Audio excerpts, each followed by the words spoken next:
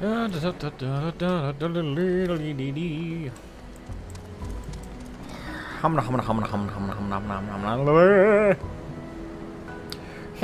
YouTube. I hope I'm coming in clear. How's everybody doing? It's been a hot minute, hasn't it? Been a hot minute since I streamed FF. It's been a hot minute since I played FF.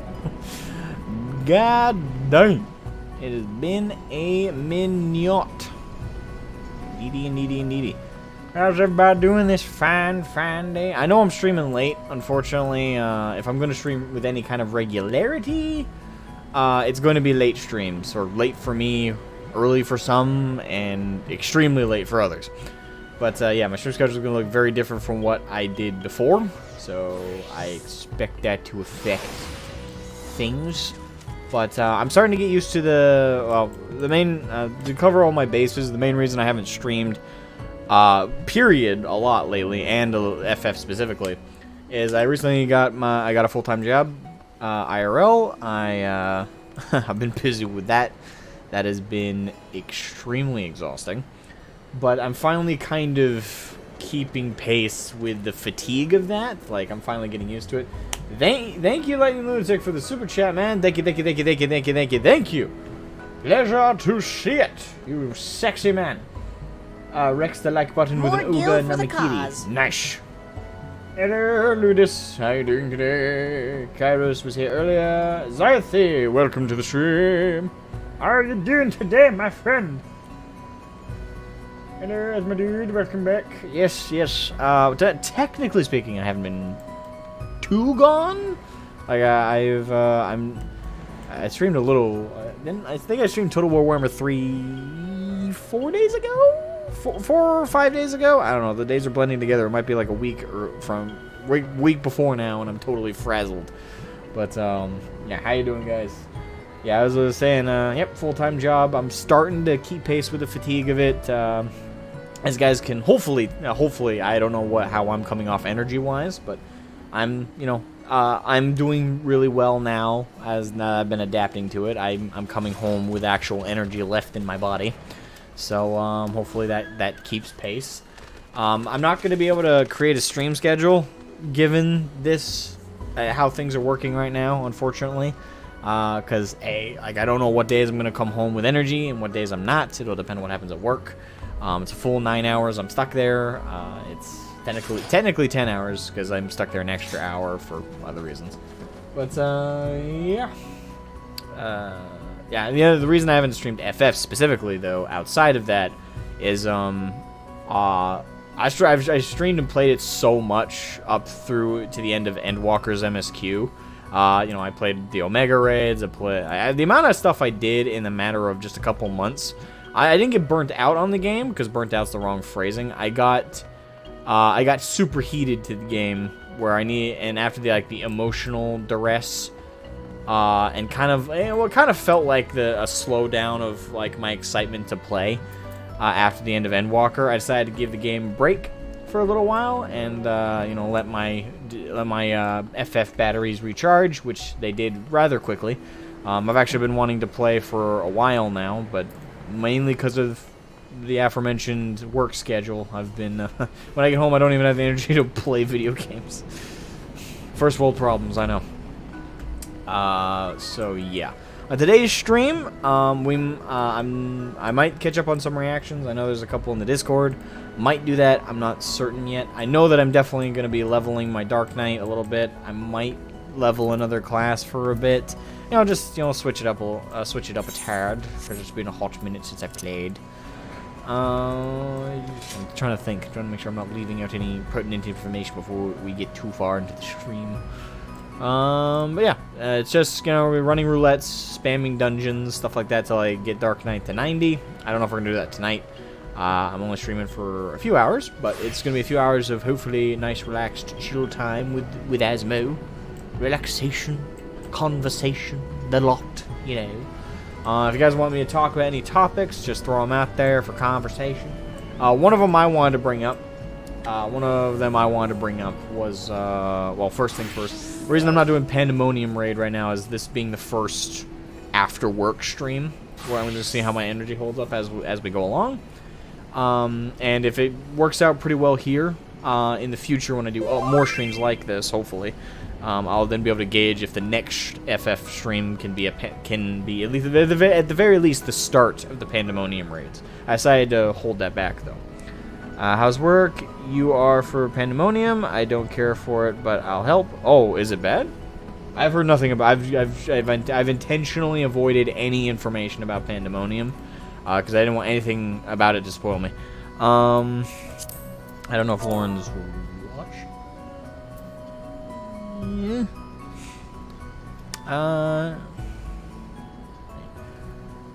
If just in case Lauren is not watching, work is a bitch.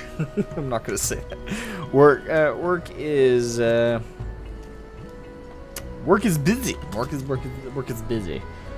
I'm just responding. People see I'm online. I'm not doing. I'm just gonna paraphrase it as Panda. I'm not gonna be doing Panda tonight. I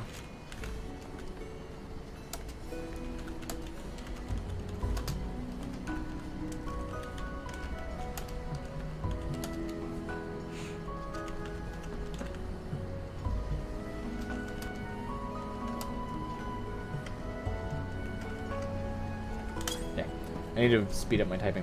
Robinon, welcome to the stream. Planning to watch the next live letter? Ew, wait, is that tonight? Oh shit, when's the next live letter? Shit, I have not been keeping pace with that, to be honest. I'm all frazzled. When's the next live letter? Robinon. Also, welcome, if I didn't say that. I think I said that, but just in case. Not bad here, doing the Moogle delivery quests. Nice. Doing okay, excited for tomorrow. Also got jacket to 52, and I think on perk 6 of 9 of Sociopath. Gotcha. We still gotta figure out what we're talking about tomorrow, right? Mass Hole Vacation Week is over. Now it's NH... New Hampshire? Vacay Week. Sorry in advance if any stupid people from New Hampshire you see in. We get plenty. We get plenty from the south and plenty from the north. We get people from Canada, although Canadians coming to America post-COVID stuff, or depending on your perspective, current COVID stuff related to their country. There's been a slowdown of people vacationing outside of the country. I don't know what their policy is about. I know they're allowed to leave the country, obviously, but I just don't know like what the exact policy is. But I've definitely seen a lot less Canadians running around. But then again, it's still winter. We still got about 1 foot, 2 feet of snow on the ground. So, we usually don't get a ton of tourists this time of year. Springtime, summertime, and fall. That's our big tourist season. People love to come during the fall because there's a lot of fun stuff to do during the fall. Like, the state looks beautiful during the fall. So you got lots of that beautiful bright oranges, yellows, all that gorgeous color from the trees. As they transition to the wintertime, you got, because you got a lot of people doing corn mazes, because we do have cornfields, not very many of them, but you have people doing like that kind of event. We have all Hallows Eve events and stuff like that, all over the place. There's a ton of shit, just a ton of shit to do during the fall. Not as much as during the summer, because during the summer we have, you know, Old Orchard Beach is open. We have Bar Harbor, which is a huge tourist hub, especially for the Canadians. Oh boy. I see Lauren has come to stalk me. Ooh, nice. It's a very pretty blade. That's neat. Reaper gear. I don't recognize it. Is that from the Pandemonium raid? Or is that something else?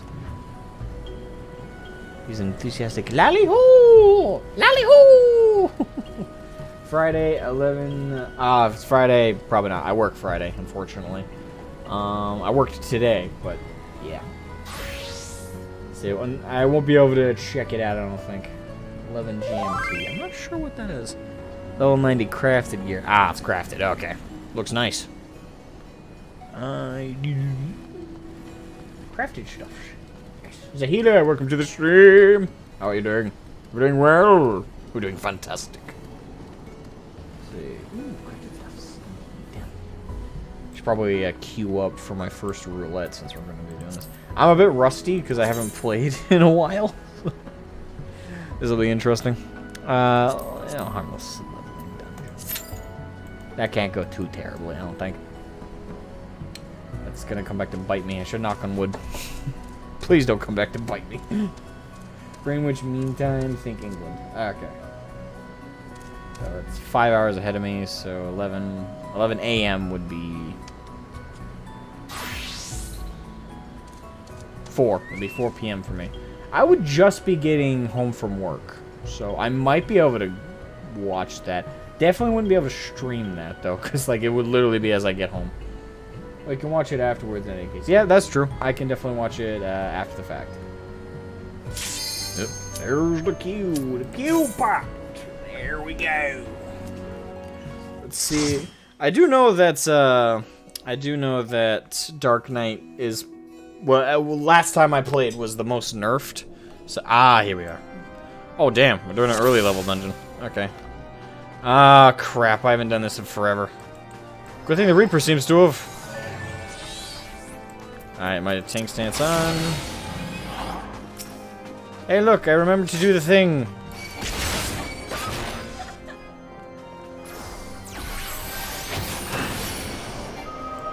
Alright.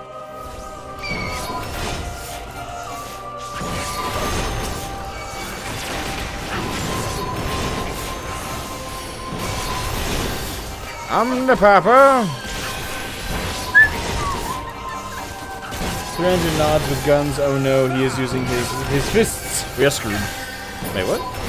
Oh, the sociopath build. Okay. By the way, he's talking about Payday 2 for anyone in the chat who's not sure what Ludus is talking about. He's very one-track mind. All right, here we are.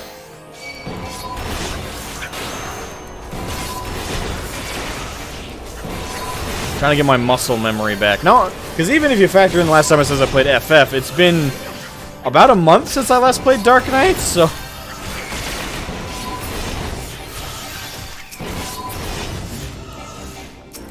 Good thing it's an early level dungeon now that I think about it. Alright.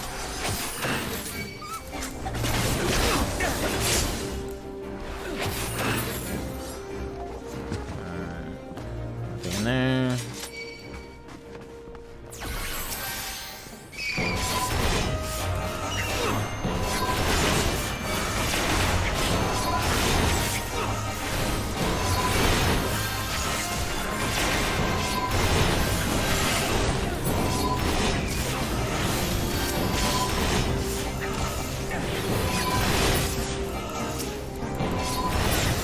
Feels weird not to have access to all my old abilities. Alright, locked door. Better hockey than Copper Bell? True. Copper Bell mine would have sucked.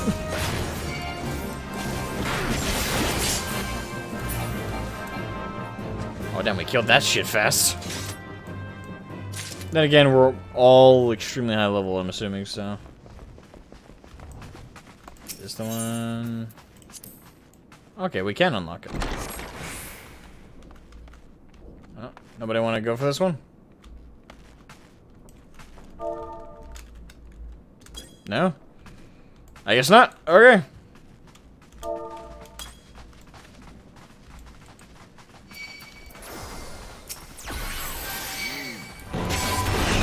I literally said no in the I said no, and literally the first someone would put a frowny face and put no.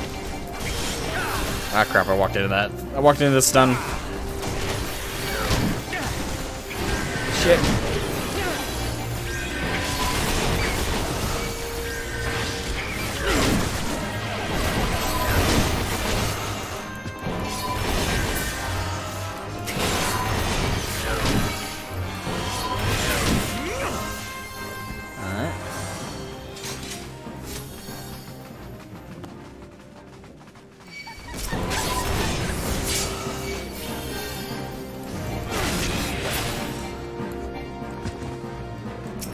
Alright.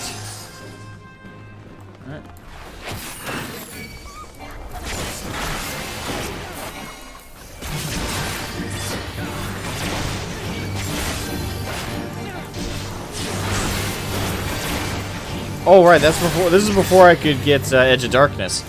God, this is early level.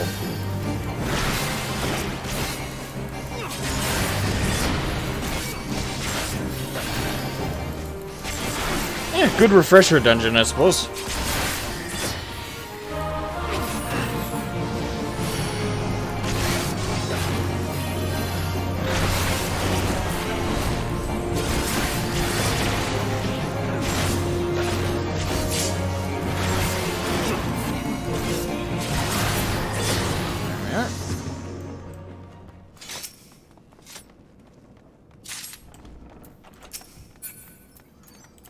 Agreed as usual. Hey Jenny, what's up?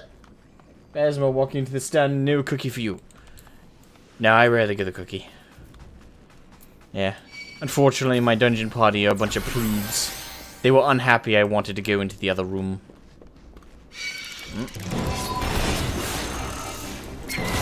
Oh, that's right, we could have jumped down. Fuck. Like I said, it's been forever since I've done this one.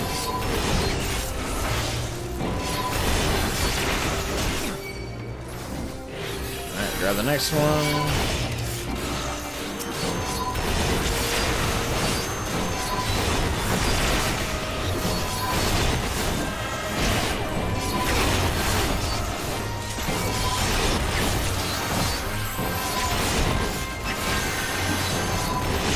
Oh, you're not gonna share? That's rude.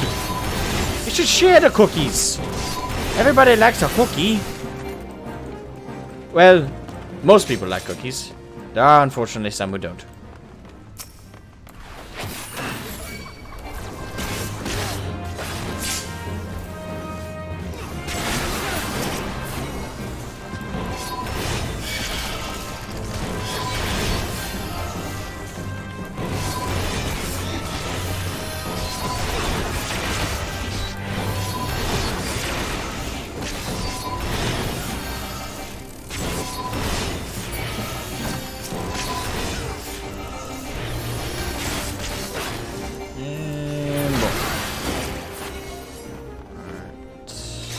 Tiny key.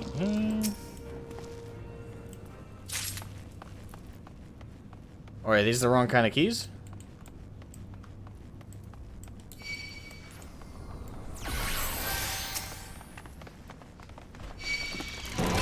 Yeah, because we're supposed to collect 3 keys down here to unlock the door.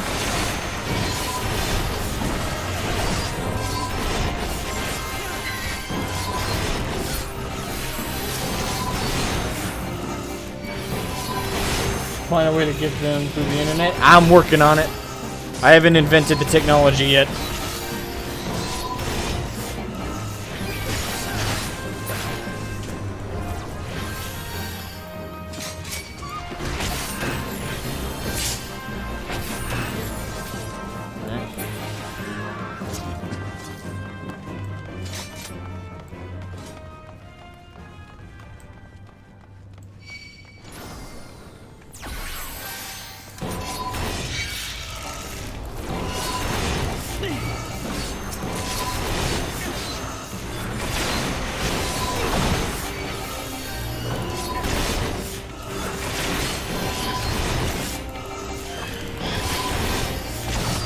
Yeah, green, yellow, green, and I think it's red, isn't it?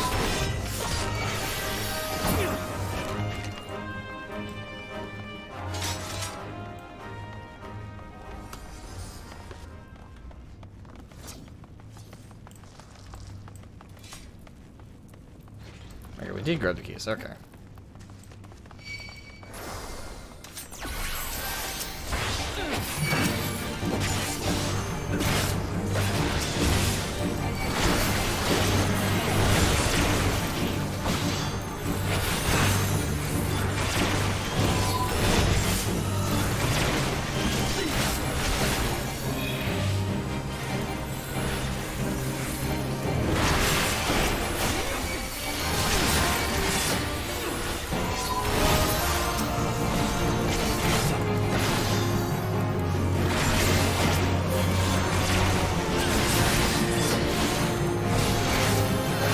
Come on, die!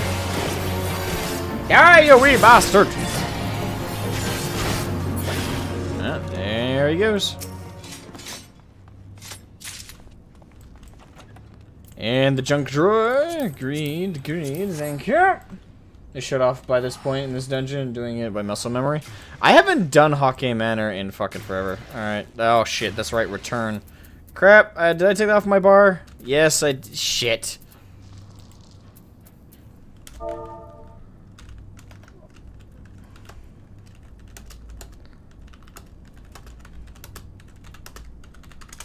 Crap. Would that be in actions and traits? Roll order, general, return. Yeah. It's because you don't use it outside of this dungeon. Oh, wait, slash return would have worked? Fuck. Okay. Yeah, literally, I don't use return ever. So I just took it off my damn bar.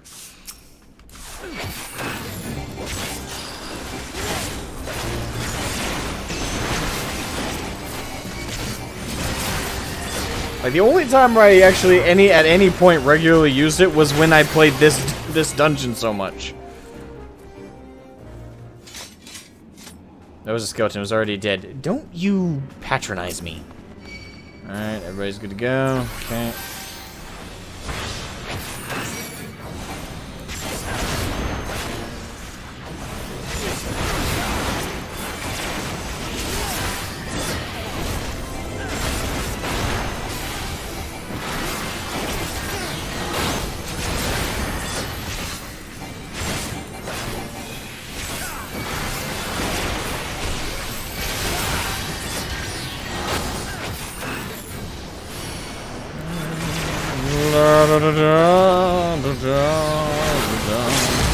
Yeah, we really didn't need to get the lamps. I mean, everyone in here has probably played this 1,000,001 times. There we go.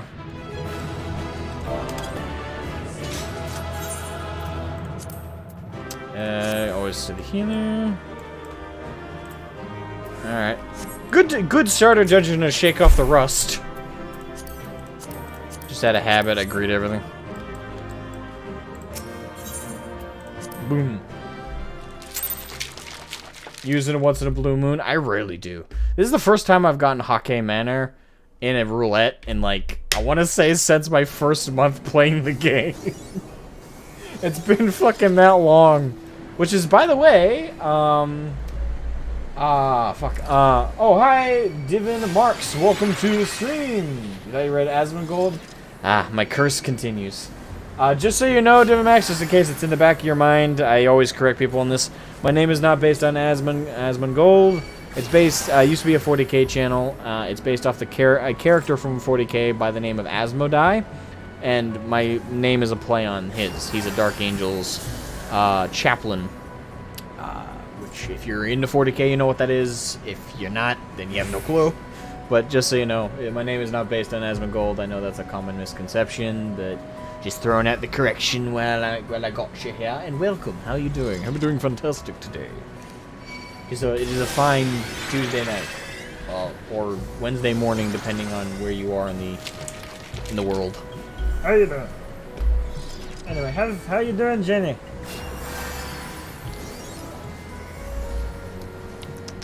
Yummer.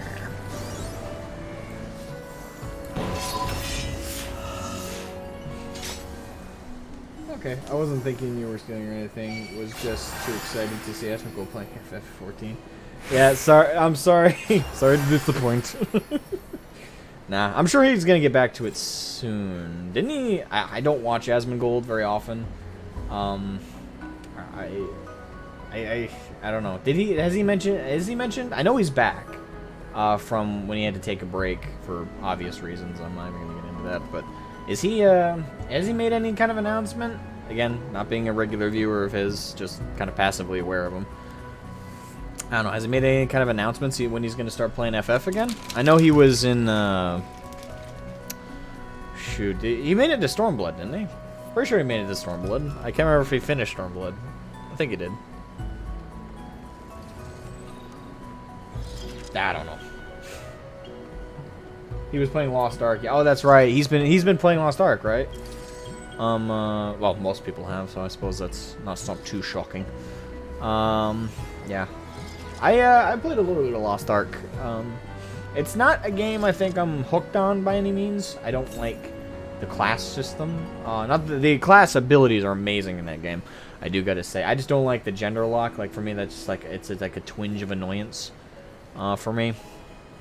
But I know it's a cool game. It's nice. It's just when I compare it in my head to PoE or Diablo, there's just something about those games that hit the right aesthetic for me. And I don't get me wrong, I love the aesthetic, the color, the vibrancy, all that. But the story so far in Lost Ark, like story is a big thing for me. It's not the end all be all for me. Gameplay is definitely the most important aspect of any game. But considering how easy it is to play Star Wars: The Old Republic, and how that game has like no gameplay challenge whatsoever, but the story of it is really, really fun. I still go back to SWTOR all the time, so I will definitely say story is a massive keeper for me. And Lost Ark is kind of losing me. To be fair, I'm not very far in, but I don't know, I don't think it's gonna be a game I'm gonna play with any kind of regularity. I don't think. Or it kind of gets better. It's not as weak as it could be, I suppose. You were just ruined by FF14. And then that's quite frankly probably a big contributing factor. It's kind of like that. For those of you who've seen SAO Abridged, right? Like I don't know if anyone remembers a scene. I don't know, SAO Abridged was a big thing years ago. But in SAO Abridged, yeah, Begone Bot, yeah, I get those all the time. They're very common on YouTube, especially the like Russian named ones. I'm not saying they're Russian bots. They're bots made by somebody. Just a lot of them seem to have Russian names. Yeah, lost my train of thought. Crap. Come back, train. I do not want you derailed. Get back on the rail. Shit. I like it. Nah, it's gone. It was there, now it's gone. It was there, now it's gone. Anyway. SAO Abridged, yes, thank you. SAO Abridged was pretty great. It's better than the actual show. Although I don't hate SAO as much as some people do, I definitely don't. Speaking of Russians, yes. Actually, that's probably something. I don't go into politics really at all. When it comes to content creation, I very much try and stay out of it. I have dipped my fingers and toes into that pool here and there. As long as it pertains, like, especially on the GT podcast, that's, like, where I regularly kind of, as long as it relates to nerd and geek stuff, I do dip my toes in it on occasion, with Ludus as my co-host. But generally speaking, when it comes to my wider content, I definitely avoid it. But one thing I do definitely want to kind of bring up, what's the acronym stand for? Sword Art Online. Sword Art Online was an anime/manga series that was a thing for a while, and it was a very popular anime here in the West. Not made here in the West. It was made in Japan, but it was a very much a pioneer. Not to the same degree, obviously, as Dragon Ball Z and other anime like One Piece and stuff like that. But a massive impact that Sword Art Online had here in the West when it was dubbed here and put on Adult Swim was it got a lot of people interested in anime as like an older audience kind of thing. So when so Sword Art Online is, I'm gonna go on a huge like rant about it. So to summarize, Sword Art Online was a big anime that came over, got a lot of people into anime. It's got questionable story that a lot of people really hate. There's aspects I really hate about the show. Especially the Alfheim arc, personally. I fucking hate the Alfheim arc. But the Ironclad arc, the first part of the first season, was great. For the most part, if you don't think about it too much. If you think too deep into it, it's got a lot of holes and problems. But if you just kind of absorb it surface level and don't think too deeply about it, it's a very fun anime that poses big ideas, but doesn't really go into them. But as it pertains to the conversation, SAO Abridged was kind of like DBZA, which is Dragon Ball Z Abridged, but made by a different YouTube channel. I believe it was Something Witty Entertainment was the channel. They created Sword Art Online Abridged, and it was a parody of Sword Art Online, but in many ways people thought the Abridged was way better and I would kind of agree, in a satirical but also kind of legitimate plot sense. SAO Abridged had a lot of great quotes, a lot of funny moments, but one of my favorite parts of it, and the reason I referenced it, was there was this scene where the SAO Abridged Kirito and Asuna, which are the two main lovebirds and characters of the show, they caught a rabbit together, and they're in a video game world, right? It's basically an isekai. And one cool thing that SAO Abridged did that the actual show itself didn't do is they played on the video game being hardwired into your brain aspect.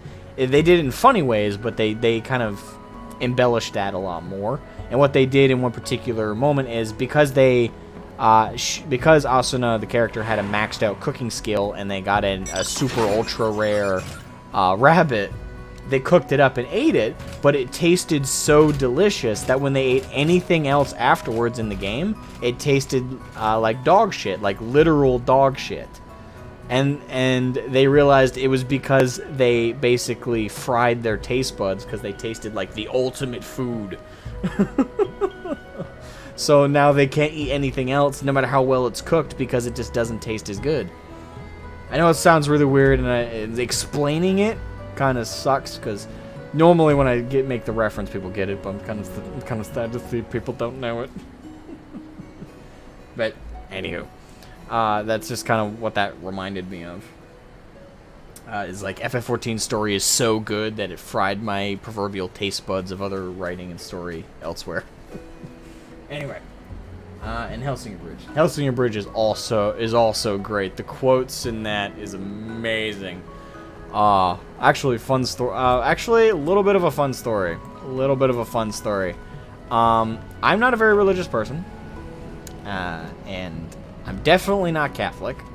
I have a lot of criticisms of the Catholic Church. If you believe, that's fine. I'm not gonna preach anything about that. But the reason I bring that up is there was this funny story where a friend of mine, despite my excessive protests, dragged me to a church because he's like, "Oh, I really want to see like if you like it, and if you want to start attending church with me." And I'm like, I don't want to go." He's like, "Okay, well, you sure?" I'm like, "Yeah, I don't want to go."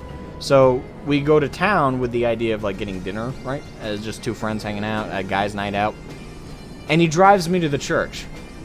Didn't tell me, like we literally pulled up and I'm like, this is not a restaurant. This is not the restaurant I got us reservations for.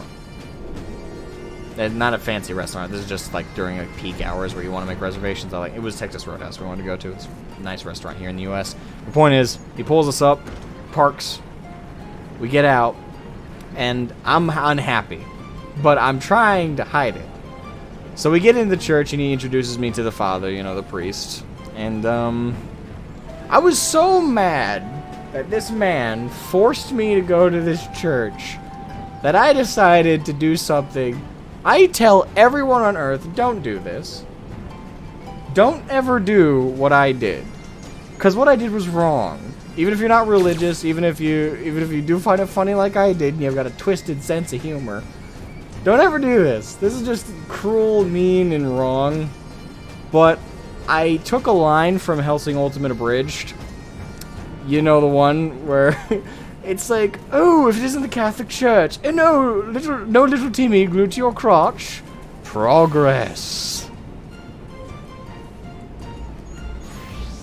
Well, let's just say the quote was very, on point. I'm a bad person. I'm a very bad person. Don't do what I do. That was so horrible. I kind of feel bad about it, but at the same time, the father, suffice it to say, walked away. He didn't yell or anything, nothing like that. He just had a frown on his face and walked right away. And my friend was so mad and so pissed. And oh my god, has he still not forgiven me for it. He's still not forgiven me for it. I still laugh every time I think about it. But don't do it. That was wrong. I'm laughing, but it was wrong.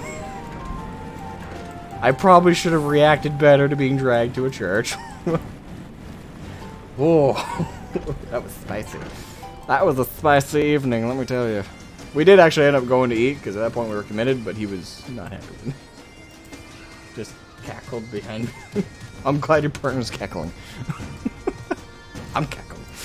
I don't know, I'm a dick. Anyway, if I ever did that, my mother and grandmother would never forgive me if I did. Exactly, that's why I said, don't do it. Don't do it. It was a bad thing to do. It was morally bad. It was respectfully bad. Friendship-wise, it was bad. It's just bad all around. Don't do it. It's a terrible idea. Like I said, I'm not a good example. Don't do as I do. Oh, it was so funny though. I stand by that. There's nothing else. I stand by that. At least that one element. It was fucking worth it. Anywho. Let's queue up for another roulette. Should we do trials? Kind of want to get trials. Yeah, let's queue up for trials. Yay, tank insta queue. They're quite religious. I gathered by your comment. I get it. Like I said, don't do it.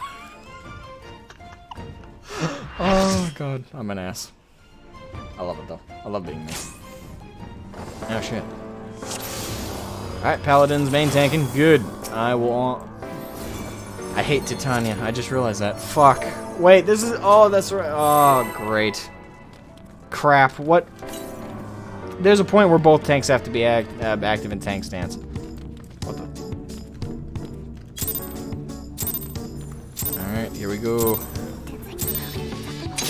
Come and play!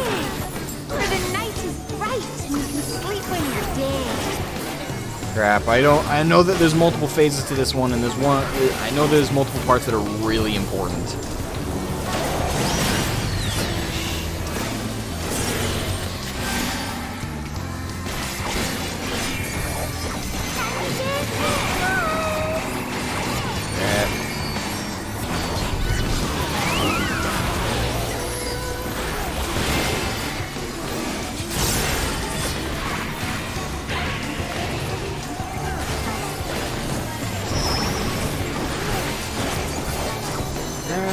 I'm trying to remember the phases as we're fighting.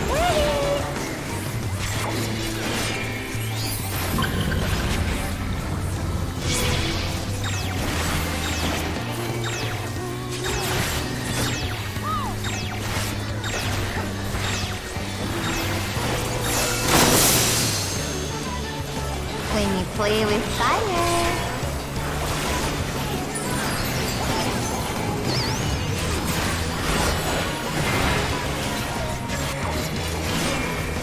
Johnny, oh, lucky, unlucky, yes. Fuck.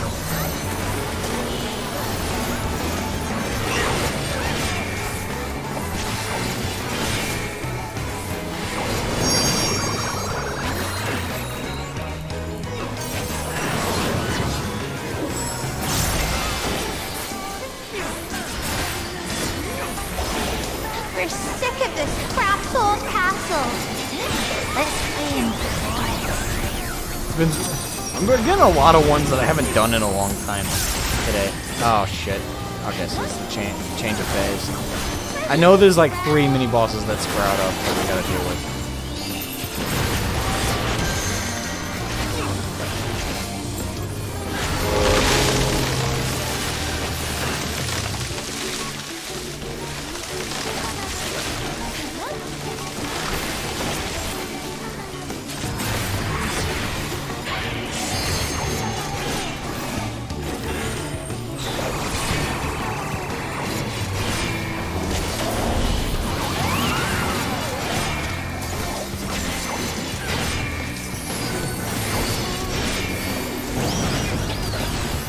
Come on, go down, you fairy bitch. You're so majestic. I had a follow-up comment, but it slipped my brain.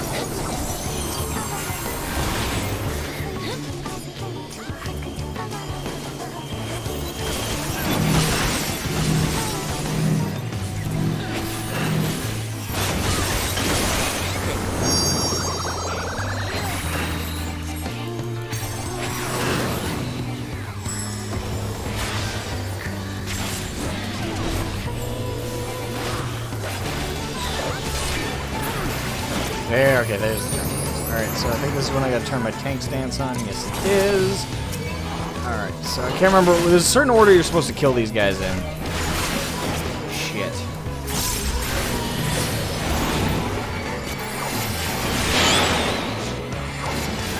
Everyone's targeting a different one, so I was hoping that... Wait, no. Okay, someone did number them. Good. Thank God. Okay, so it is the bush one first, and then this is...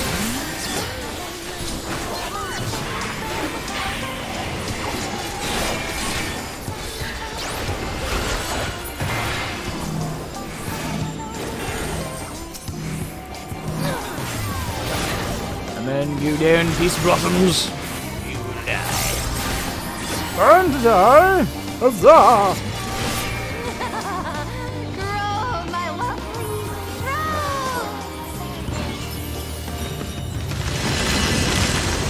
Okay, this is when they grow really big. Bigger's better. Supposed to attack first when they're big.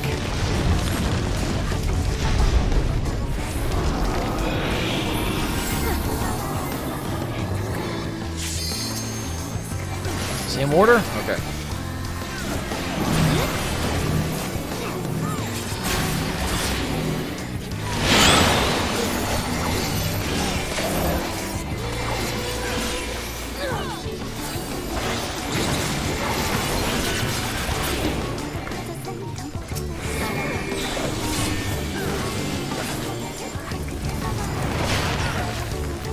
Oh! Fuck. Thank you, whoever raised me.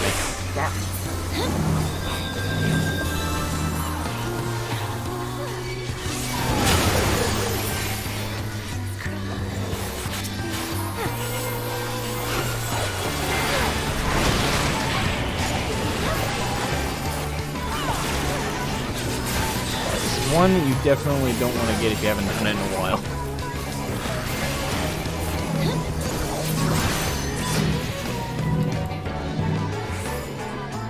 Dance like the leaves on the forest.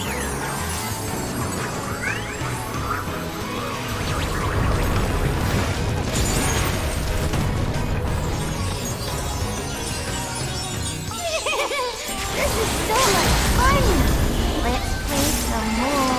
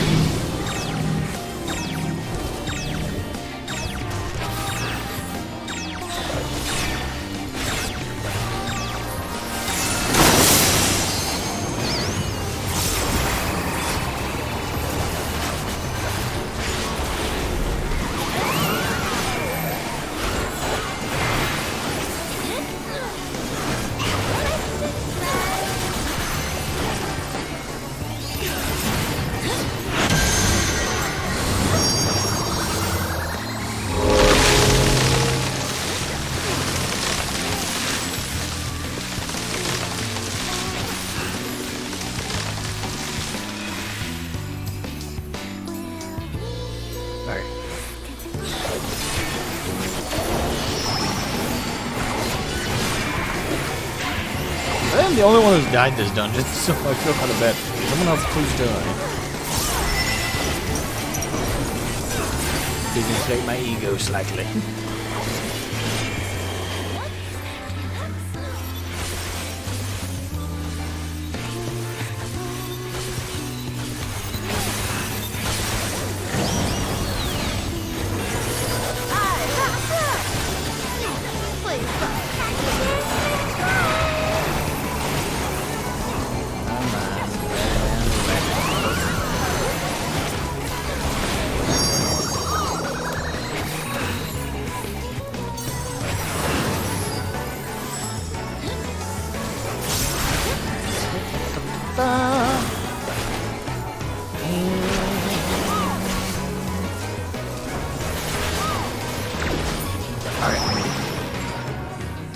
East does not need to be tanked. North and west east needs to be tanked. Okay.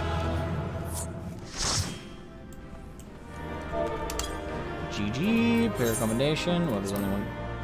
Damn it! Why do people leave before I can commentate them? Take the compliment, people. Anyway, favorite job so far.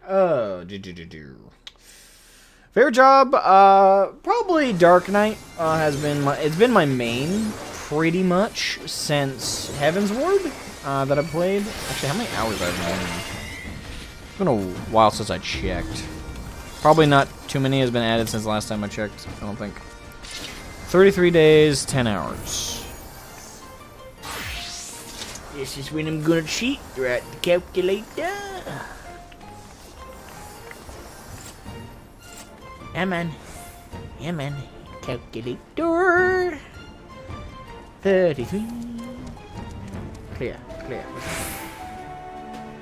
24 times 33 plus 10. I have 802 hours in this game. We're on our way to 1,000, folks. We're on our way to 1,000. Only 200 more hours to go. That'll be a breeze. But yes, I'd say I'd spent most of it playing Dark Knight. Dark Knight has been my main for a while.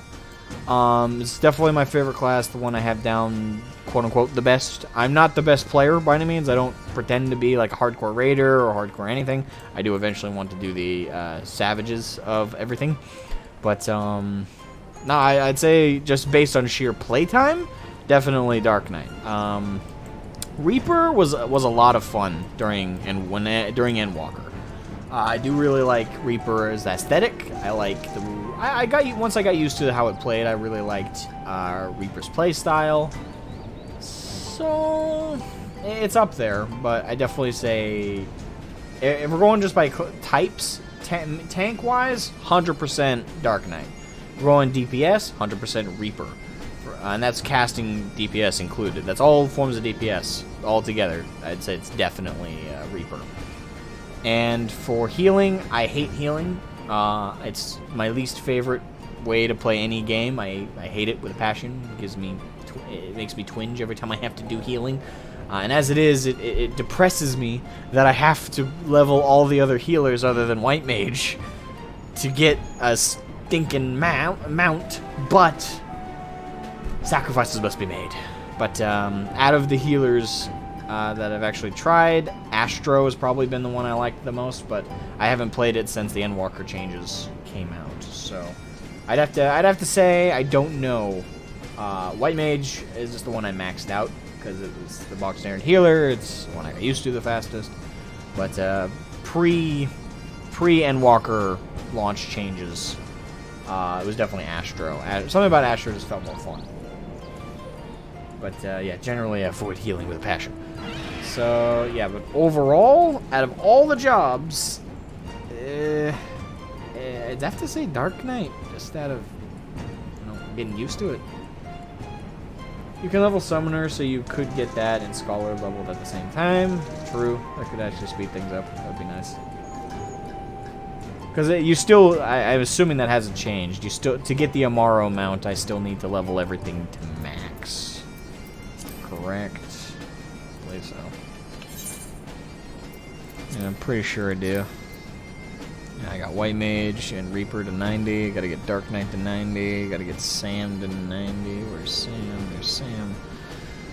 And I gotta unlock Archer, Dancer, Arcanist, Red Mage, Rogue, Scholar, and then I'll have it. At the very least, at that point, I'll have everything. Everybody to 80. Oh, okay. So I don't have to level everybody to max, at least. So yeah, I gotta get Scholar.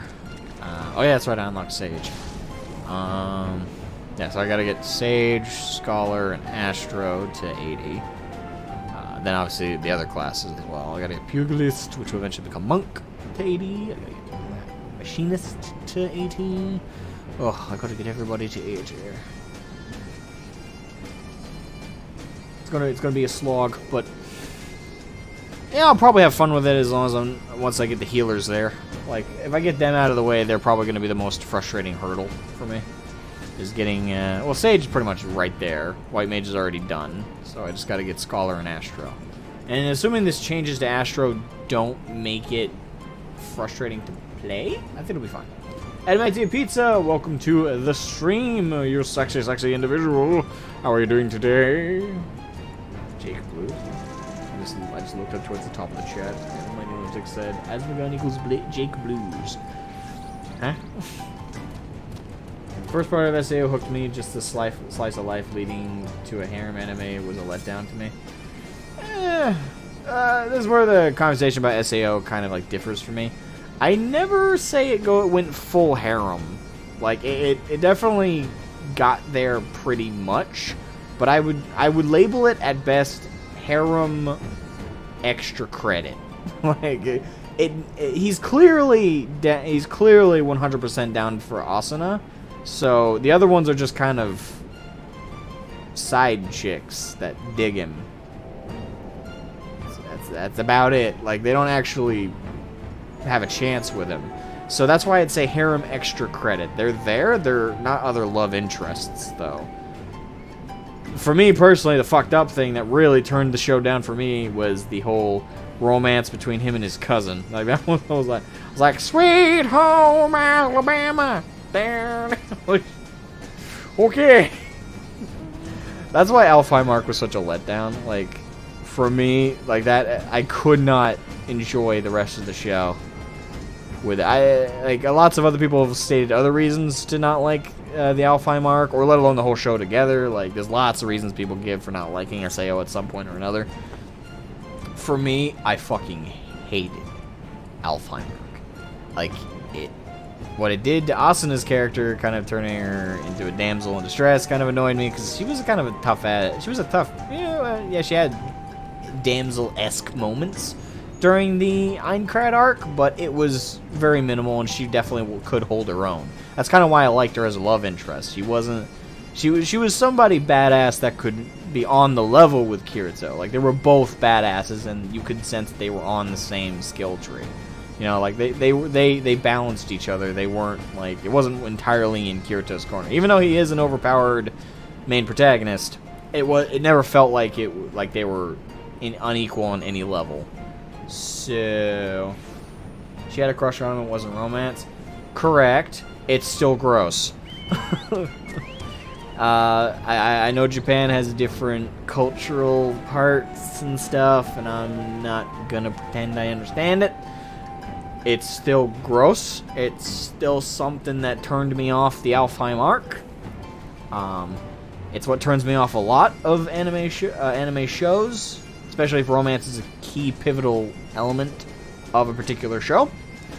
As long as if romance isn't the main drag of a particular anime, I can usually ignore it, just like I ignore the lolly thing. Like, as much as lollies kind of like gross me out, as well as like how they romanticize that as well. Yeah. Again, I know Japan's a different culture. I'm not saying it's wrong to me anyway, but I can usually look past it if the core of the show is still really, really good. Like, I can just like filter it out in my brain as just another anime trope. Yeah, it's anime. That stuff's in there, but I can usually ignore it if, again, there's more to the show past like the romance and shit. Just prefer calling something what it is? Okay. You're not gonna like me very much. Well, I usually call things by what it is, but sometimes I will not give something its due description just for like time saving, but generally I describe things fairly accurately. Certainly to myself. Jalen, how you doing? Monk isn't much of a slog at earlier levels anymore, thankfully. Oh, that's good to hear. Yeah, did they remove the positionals on that, or it's still very position? I know that Monk / Pugilist are extremely positional heavy. It's what I found most annoying when I first started playing Pugilist. So why I didn't get Pugilist past 27 yet is the positionals kind of annoyed me.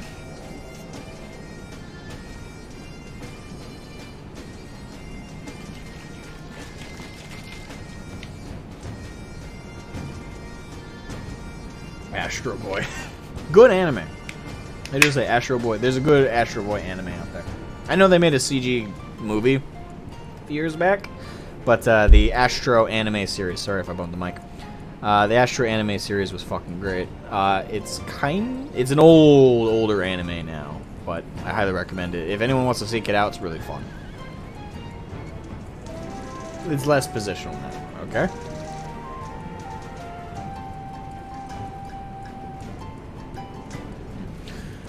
It's still positional heavy, but it's much easier to play since they got rid of the greased lightning. You don't have to keep that up. Okay, that's good. Only the last weapon skill really needs positional hits. Everything else has had those. Okay. That definitely sounds a lot less annoying. Yeah, positionals, like, I get the concept, and in many ways it's actually a neat thing to add to classes. It's just certain times when I've played, positionals can be extremely annoying. Because it feels like an arbitrary block to maxing out your DPS. But at the same time, you can kind of acknowledge it when someone gets it down, right? Like, when you can get into that rhythm where you can masterfully do your positionals while still casting all your abilities, in many ways, it's definitely admirable. I think the only part that makes it frustrating or annoying is the fact that there are other classes that do way better DPS than Monk/Pugilist that don't have positionals, or more or less don't have positionals that matter. The biggest DPS classes in the game for the longest time. I don't know if they still are. Again, I haven't kept track of like all the things Endwalker has shifted. But for the longest time while I've been playing, which granted isn't very long, take your word for where it comes, has been like Sam and Black Mage. Black Mage are the big, massive DPS heavy hitters. I think Reaper's the top of the chain now. Reaper came slamming into the scene with like a fucking bulldozer, you know. Reaper came into the DPS tree like my ex, hearing that I'm dating again. I don't know if anyone will get that. Anyway. Honestly, love Sword Art Online still. Yeah, you're perfectly allowed to like it, man. Like, I like... For me, if I just watch the Aincrad arc, I'm good. Like, I don't love it, but I can watch that and be content. Zoru... I almost said Zoro. Zoro of Chaos. How you doing, brother? How you doing? It goes. I got home from work a couple hours ago. Got the stream all set up. Just leveling Dark Knight up very slowly. Working at getting that level 90 out of my main tank. I don't know. While we're on stream, I might unlock like one of the other classes I haven't yet. Actually, it's been a while since I got to look upon my Reaper. There he is. My sexy self. Glorious.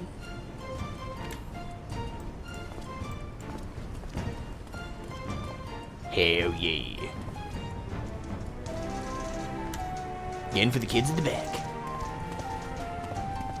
The Edgelord has arrived. That reminds me, at some point I gotta pick back up the Hildebrand quests. God damn it. Also, Dragoon no longer requires you to be close to someone to give the Eye of the Dragon. I haven't unlocked that ability yet on my Dragoon, I don't think. Or if I have, I haven't implemented it. It's been a while since I was leveling my Dragoon, to be honest. So that also reminds me I gotta give...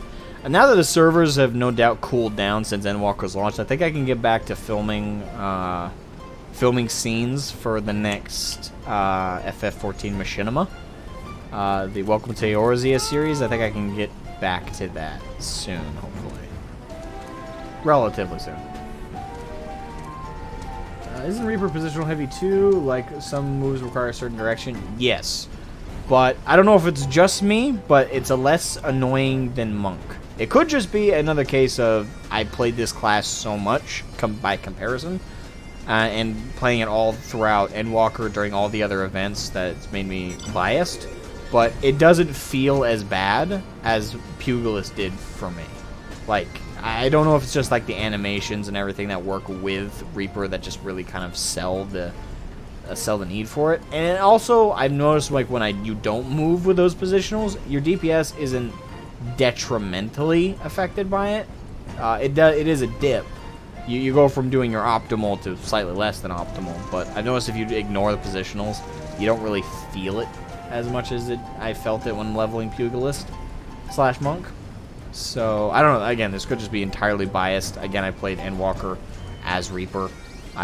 Which meant all the emotional, like, events I went through with Endwalker, I also now relate to Reaper, which was kind of like my avatar throughout that story.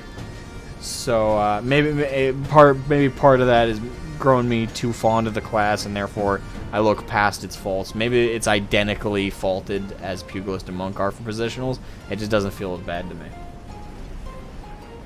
So you recently started watching 40k lore videos. Nice. Did you watch mine? If not, I will be very sad. I'll be very depressed. You'll have crushed my heart, Zero. You'll have beaten me to death with my emotions.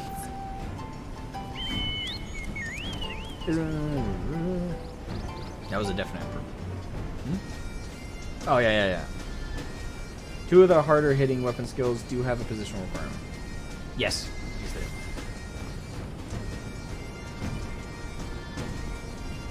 Okay, so I'm not the only one. Jenny agrees with me. River doesn't feel as bad as bad as Monk. I don't know. For me, it didn't feel anywhere near as bad. Personally.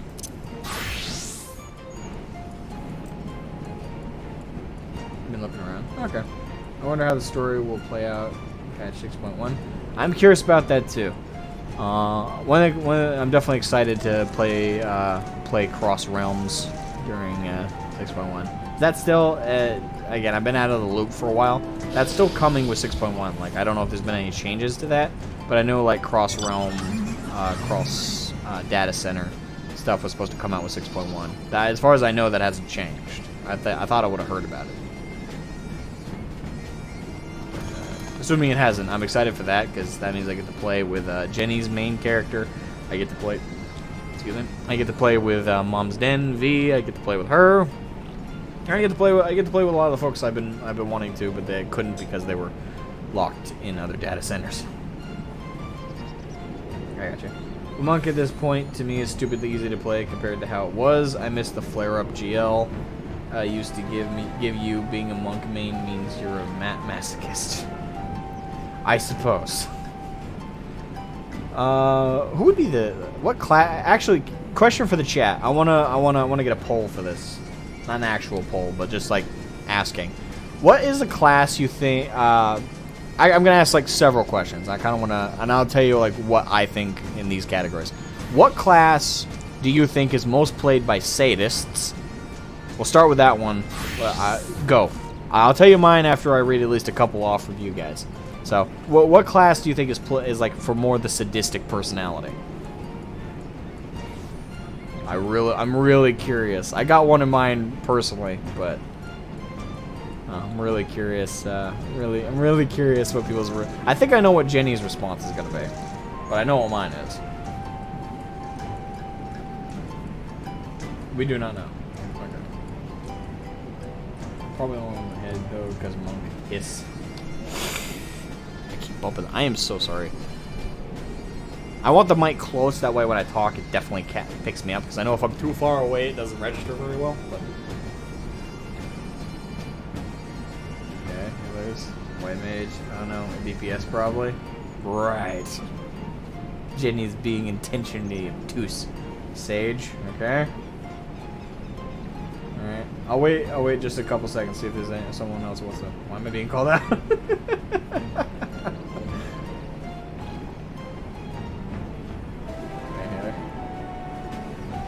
Okay, yeah. My answer is white mage / technically all the healers, but definitely, like, I would say white mages are definitely sadists.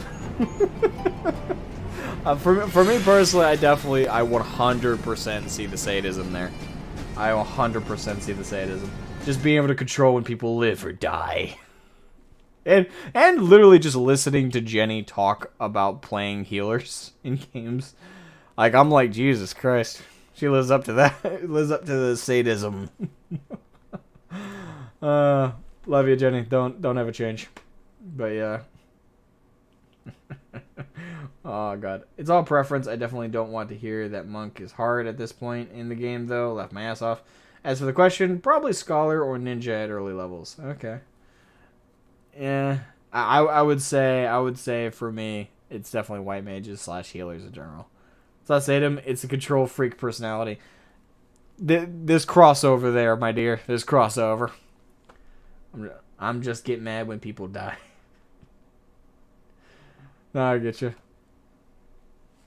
I would definitely. I'm sorry. Like I've dealt with so many healers that definitely have to say it doesn't know. All right, second question. While I queue up for the next thing here. Second question. Alright, so done trials. We'll queue up. I'm not gonna do any of the raids because it's gonna take too long. But I'll do this one 50, 60, 70, 80, and then we'll see where we want to go from there. Next question is, chat, what do you guys think is the class that is played by the more altruistic types? Who plays... Who's like the more, you know... Like, alright guys, we got this. We're a team. We failed? Don't worry guys. We, like, the supportive type. Who do y'all think fits that best? I would love to hear the answers to this. I already think I know, but still.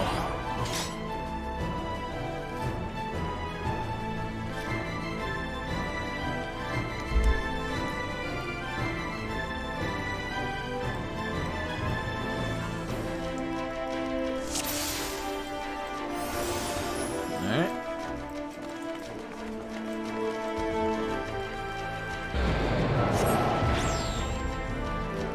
I think this dungeon I remember being pretty straightforward.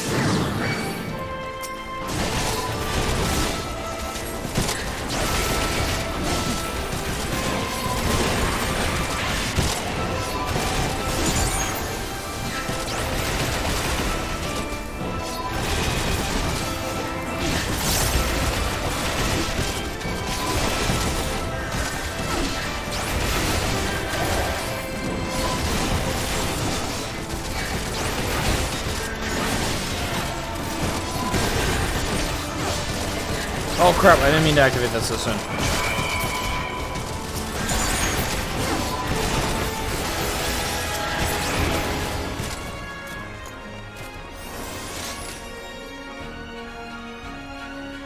And you hate your party? Sage, white mage, hands down, paladin. I'm gonna say it's paladins, personally. I think it's paladins.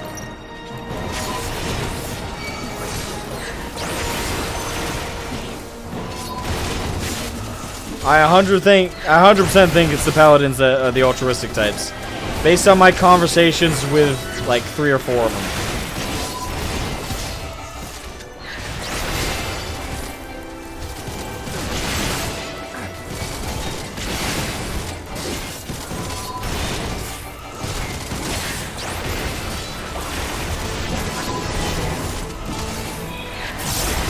Come on, baby. Alright, I'm gonna start doing big pulls because I think this group's pretty good so far. So we'll start doing big pulls.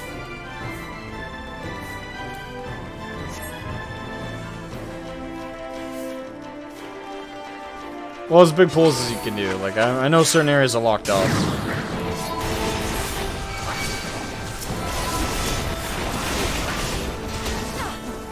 Alright, start doing big pulls.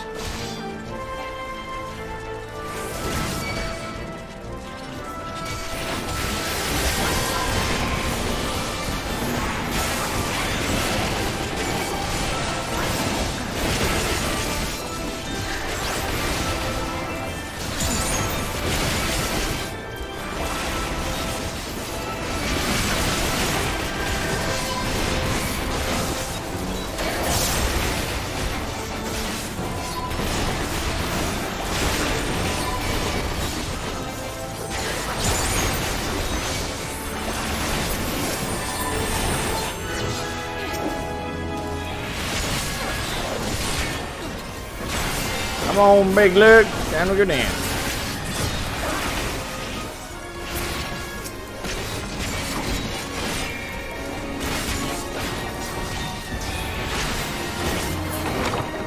Boom.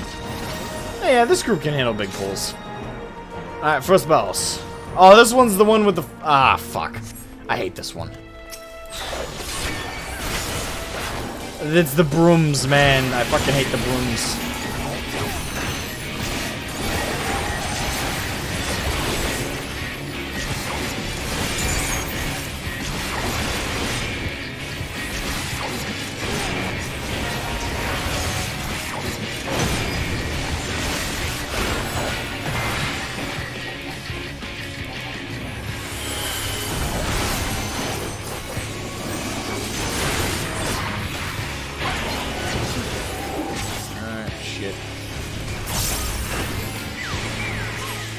Oh no, okay.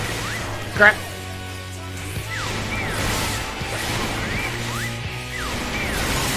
I hate the brooms.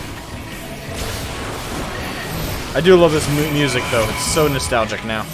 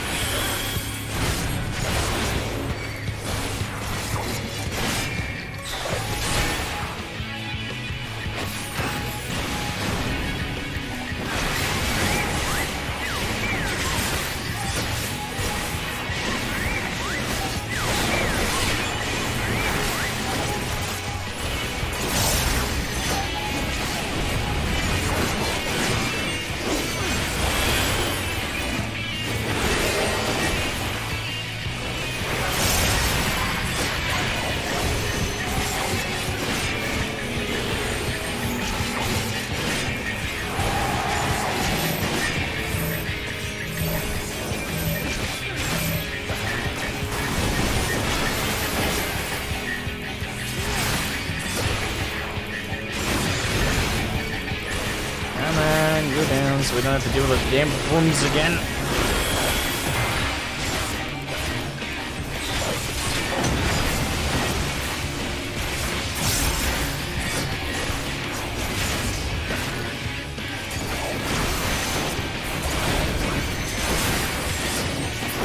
Yes! Ugh. I hate those brooms. They're so fucking annoying. Like, maneuvering around them.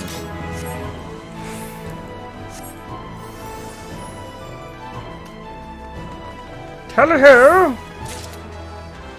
Da da da! I'm the problem. Oh shit. Alright, here we go. Big pools, big pools.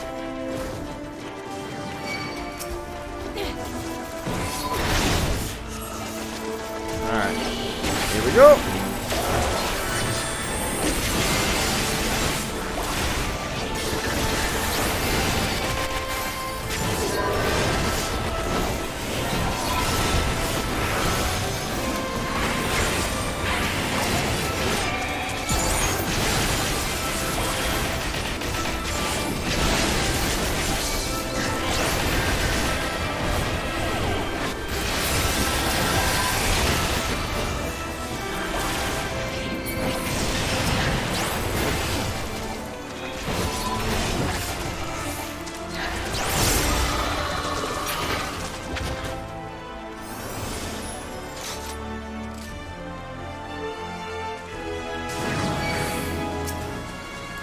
Mine! Come here! Move up.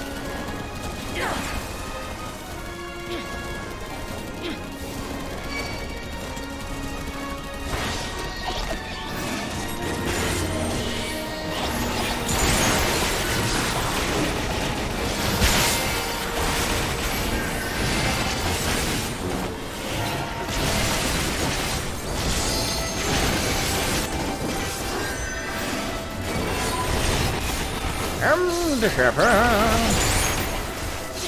Die, die, die.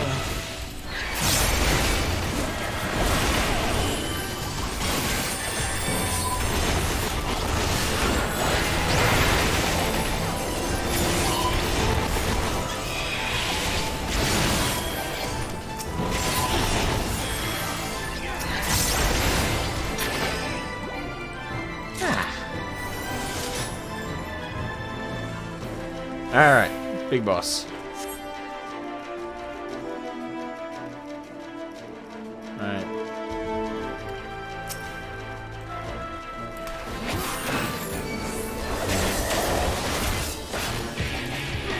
Alright, this was the one that drops the seeds, if I recall correctly.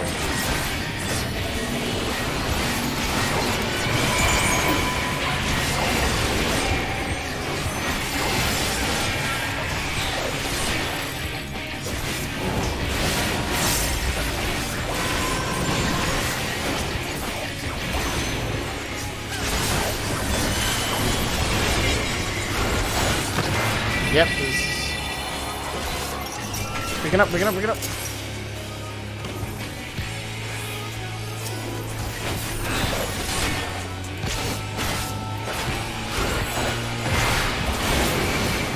This one I remember. I don't know why. It's also been a while since I did this one, but I remember this one better. Now that I've said that, something's gonna happen that I didn't remember and it's gonna kill me. Oh well.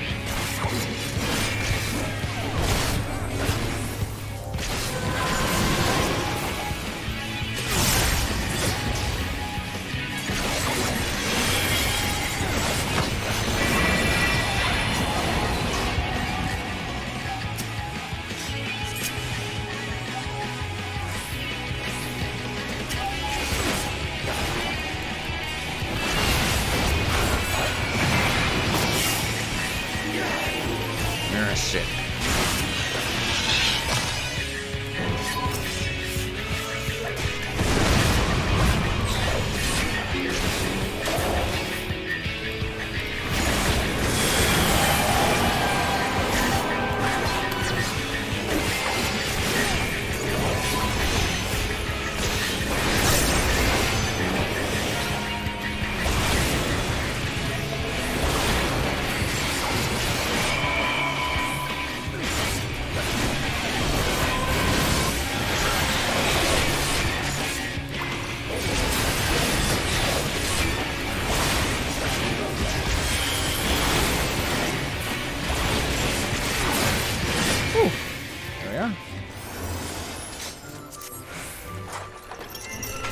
More junk.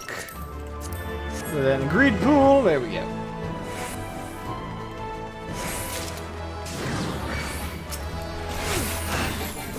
Alright, I can't remember. There's mobs up this.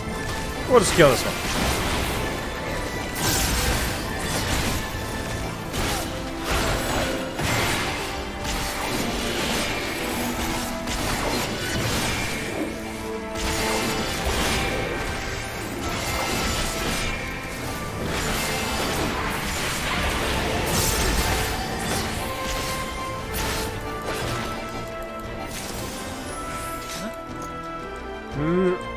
There we go.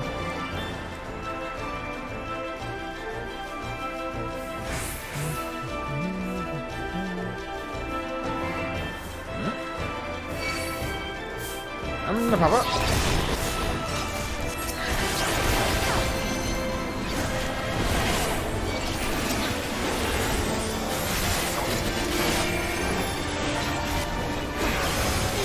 Come on, dude. I pressed the wrong thing. Shit.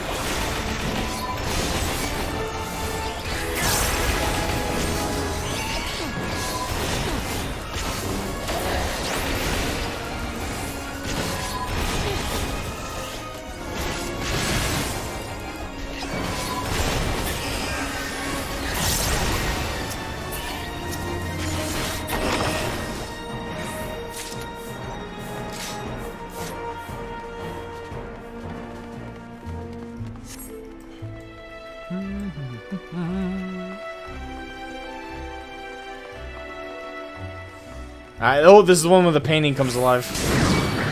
Or paintings, I should say.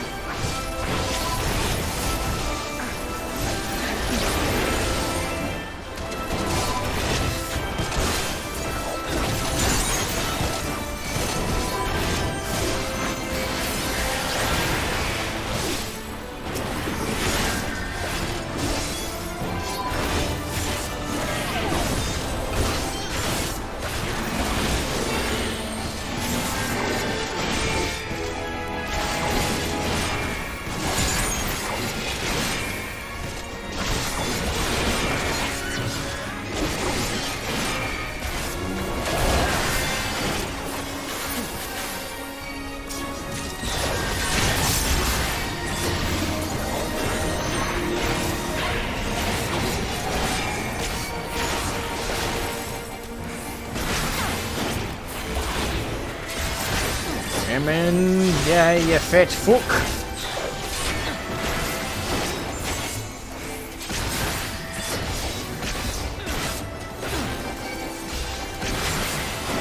One second. I'll catch up with the chat as soon as we get through this dungeon. I'm trying to go at a fast pace since it's always the polite thing to do during the roulette, to just try and make it a quick experience. Unless, of course, there's a sprout who's going through it for the first time. Ah, shit. Okay, there we go. Oh, yeah. Shit. This is the one that lights us on fire, and we gotta light the furniture and stuff on fire.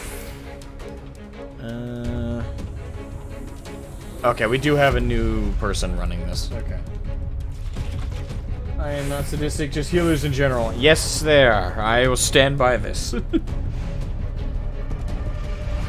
I've met quite a few other than you, Jenny. This seems to be a trend. I'll pull you on I'll pull you in VC if you want to debate it hardcore, but I'm saying, based on my net experience, you have to be at least a sadist.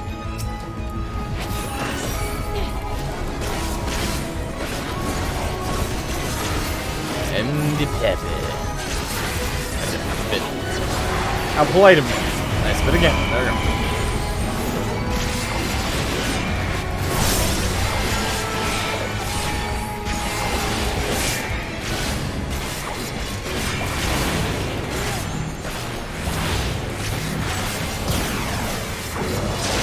Oh shit. There we go.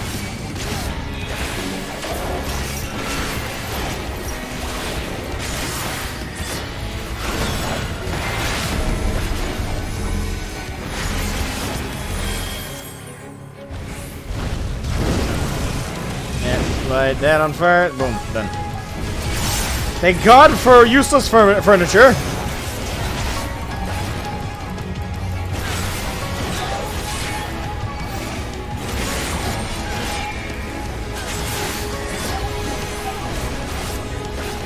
Oh shit! Wait, why'd our healer die?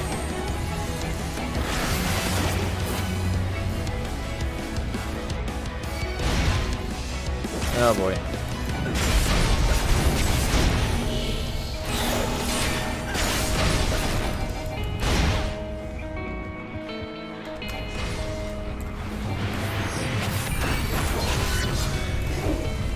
I don't know if we're gonna be able to do this without our healer.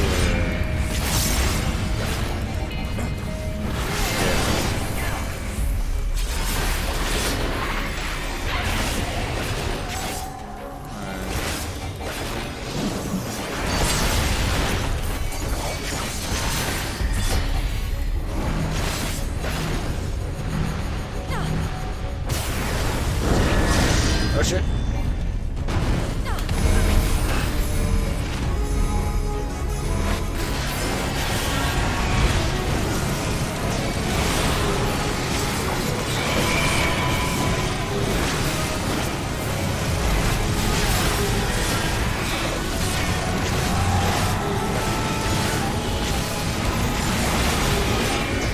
Ah, fuck.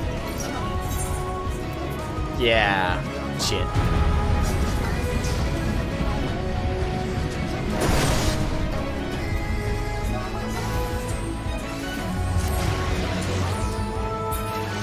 So wait, why'd our healer die? Chad, did you catch?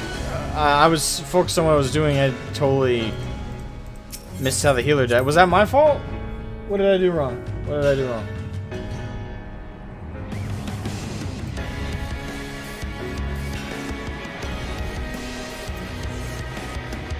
What do I need to do right next time, or to fix that?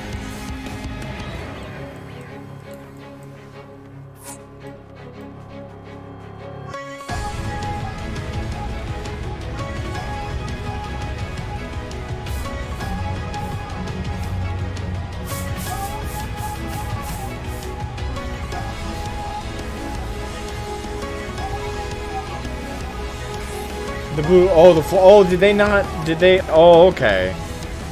Oh, okay. Yeah, sorry, I should have explained that one. If you get blue fire on you, yeah, okay. That's what, okay, so it wasn't my fault, okay. I was sad for a second. I was like, oh, did I accidentally not aggro something I should have? I don't remember this boss having ads.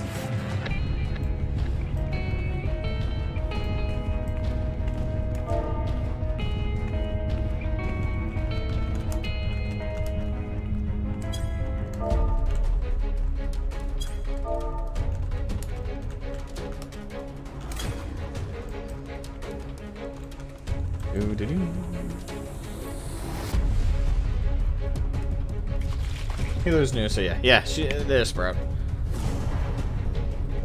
Feels weird. You're now a Sprout until you make it to Endwalker, which is fitting. But I mean, it's interesting you have to hold on to it that long. That's like almost that's well over 600 hours of content right there to get to Endwalker, if you go at an actual decent pace. Alright.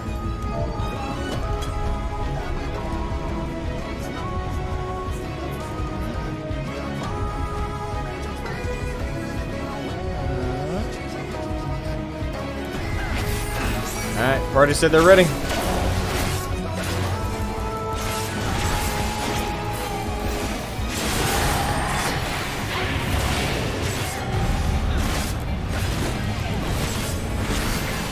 Shit.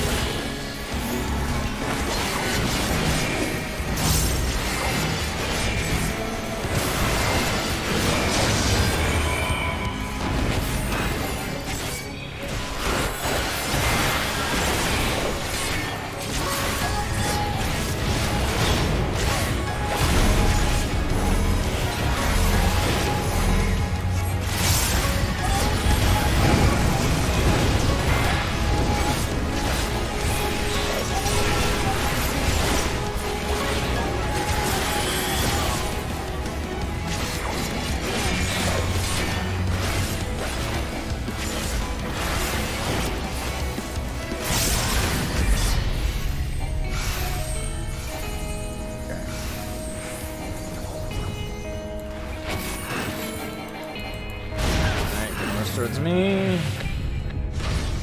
Good dodge.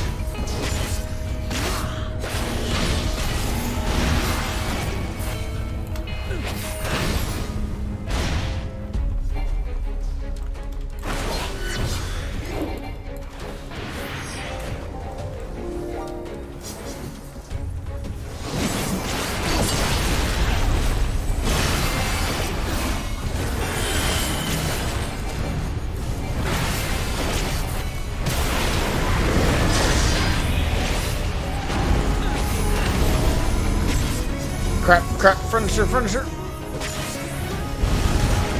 Shit! There's one.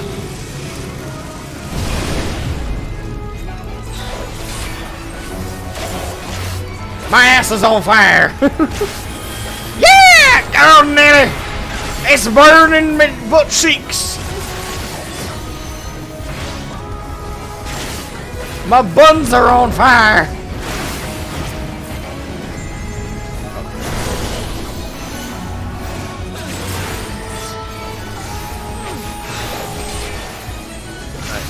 Corner.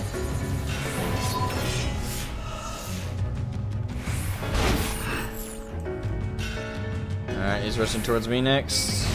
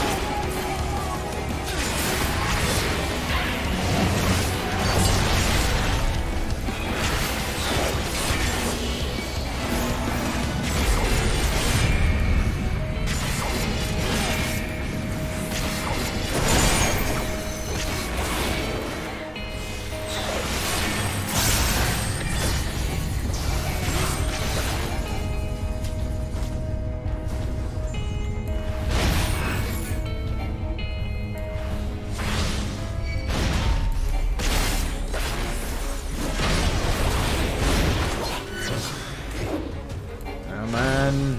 You almost got his ass.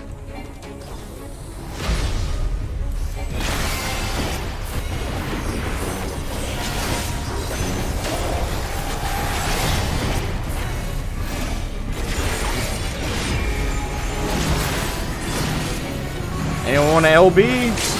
There we go. There we go. Your biscuits are burning. Yes, they were on fire. They were roasting like a fresh barbecue in the south. Alright, that's good. Player commendation. Sella, you did good, you noob. Thank God they don't watch my streams. That would have been mean to say. There's a thrill in healing. Agree to disagree. Agree to disagree. Unless you define thrill as tension-filled stressness, then I'd agree. Don't get me wrong. Like I respect healers hardcore. Like those clutch moments where someone's like nearly dead and they bring them back to life. That's fucking amazing. Perfectly timed heals are always impressive. I suck at them though. So, that's the king. I am terrible. Alright. Alright. So we've done the roulettes that aren't going to be annoying to do. So real quick. Let me head over to my home in Limsa Liminza to sell some junk.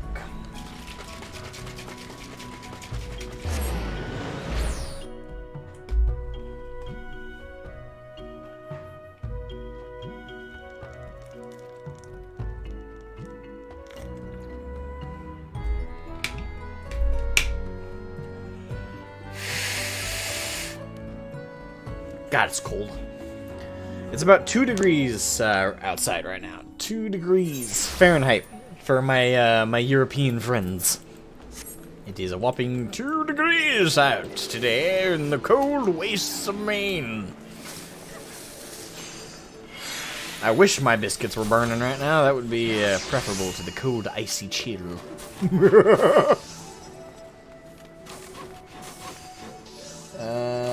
I have not, unless the last live letter was, no, because I'm certain there's been one since the last one I watched.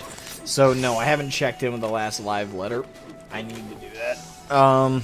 Generally I've been FF blind for the last 3 weeks, almost a month, since I finished Endwalker, mainly because after I finished Endwalker, I did a couple FF streams after Endwalker, like to do some role quests, but outside of that, I haven't. I took a short break from FF for a little while, mainly because, well, I played the game almost exclusively, all the way through Endwalker, like through Endwalker's launch. Like I started playing 6 months ago now. Played through all of A Realm Reborn, which I didn't stream, unfortunately, which I do tend to get a lot of like new viewers who are like, I want to watch your journey. Where you started in A Realm Reborn, right? No, I started streaming in Heavensward because I didn't realize how good the story was going to be until the end of A Realm Reborn. So, fuck. But I did stream all the MSQ through from Heavensward all the way to Endwalker, and along the way I did the Omega raids, all before any story mentions would have required their prior knowledge. Did the Crystal Tower, did Alexander, did the Omega raids, did the Coils of Bahamut. I've now done the Invilis raids. Haven't unlocked Bosnia yet, don't need to do that. I haven't done the Sky Pirates, don't need to do that. Did most of Hildebrand up to the... I did all of Hildebrand up till Stormblood, I think. Yeah, because I did Heavensward Stormblood, Heavensward Hildebrand. Then now I gotta do... At some point I gotta make time in a stream to do Stormblood Hildebrand, and then once we do that, I can then do what apparently he's getting... If he hasn't already, he's getting a quest line in Endwalker, so I need to do that before that quest line comes out. Stop hogging all the cold. I'm afraid I wish I couldn't, but it's rather clingy. Like I'm trying to get the cold off me, but it doesn't like to let go. It's got attachment issues. But yes. Let's see, Alexander, Omega, Involus, Crystal Tower, Coils. Yeah, let's see. Am I missing any raids, chat, that I've done outside of that? I think that's all of them, right? Omega, Involus, Omega, Involus, Crystal Tower, Coils. I think that's all the raids. No, Eden. Eden. I did Eden. I did Eden. Did the Eden raids. Now I think that's it. Because I did Eden. I think that's Eden, Omega, Alexander, Coils. Yeah. Which is why I'm still, like one comment that still makes me laugh that someone left on, hold on, I'll pull it up so you guys can see it. Someone left a comment on my wrap-up of Endwalker stream, which it makes me laugh every time I read it. Hold on. Where is it? Oh, good God, it was a while ago, wasn't it? Yeah, oh, it has been a whole month. Fuck. Time flies, let me tell you. Shit, who's the dipshit? There he is, there he is, okay. This comment makes me laugh so fucking hard. Okay. Let me pull up the view here so you guys can see what I'm talking about. Talking about. Where is it? There it is. Hey, there it is. This person's such an idiot. It's great. Let me... Hold on, I gotta do the right voice. No, hold on. Let me guess. You skipped any side content and focused on the MSQ alone. That's why you had no clue about the Omega Jammer. Because it's impossible for people to, forget details, right? Like, no one ever forgets details. God, everyone's got such an impeccable memory. Am I right? That's why you had no clue about the Omega Jammer. I could not watch past the Xenos fight. Bitch, I doubt you watched even to the Xenos fight based on the rest of this comment. I could not watch past the Xenos fight. I was curious about another reaction. No, you weren't. You're such a liar. All I get from you is average, no passion, like you fake an interest in the story. Based on people who've actually watched my content and my streams, would y'all agree with that sentiment? I have no interest or passion for this? 6 months, 800 hours. Just saying. No comment on plot twists or even the music. That's just a fucking bullshit lie. That is fucking bullshit lie. During Shadowbringers in particular, I had 2 streams that forced me to go to 10-hour streams. 10-hour streams. Because 3 hours of it was just me ranting about one single plot point. Bullshit. It's just, this person is such an obvious troll and a liar. It's just, it just makes me laugh. No comment on plot twists or even the music. Which, by the way, in all my reviews of each expansion that I played through, I made sure to include a music section. Yes, the music was short, the sections were short, but that's because all I had to say was fucking God tier. And let me just say, Soken, God tier composer. God tier, mwah! Loved it. Just another streamer jumping on the Endwalker bandwagon. Actually, when I started playing FF, I didn't even know Endwalker was coming out. I had only heard how good it was, and it was actually a fun breakaway from WoW, because I've been playing WoW for so many years, and for most of the latter half of those years had been so terrible for experience. By fucking God, this has been such an amazing change of pace. I found out about Endwalker by like hour 200, 250 or so. That's when I was first told about Endwalker, and then I saw the trailers and everything way later when I finished Shadowbringers. I had no idea, and most of the people who were there during those early streams can attest to this. I didn't know about Endwalker till much later.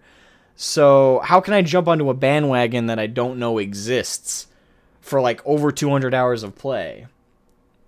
You idiots. Oh, by the way, this next part's my favorite part. We'll be liking or subscribing to this channel. Oh no. Whatever will I do? Antonio Aguirre is not subscribed to me. No. No. Whatever will I can't go on living like this.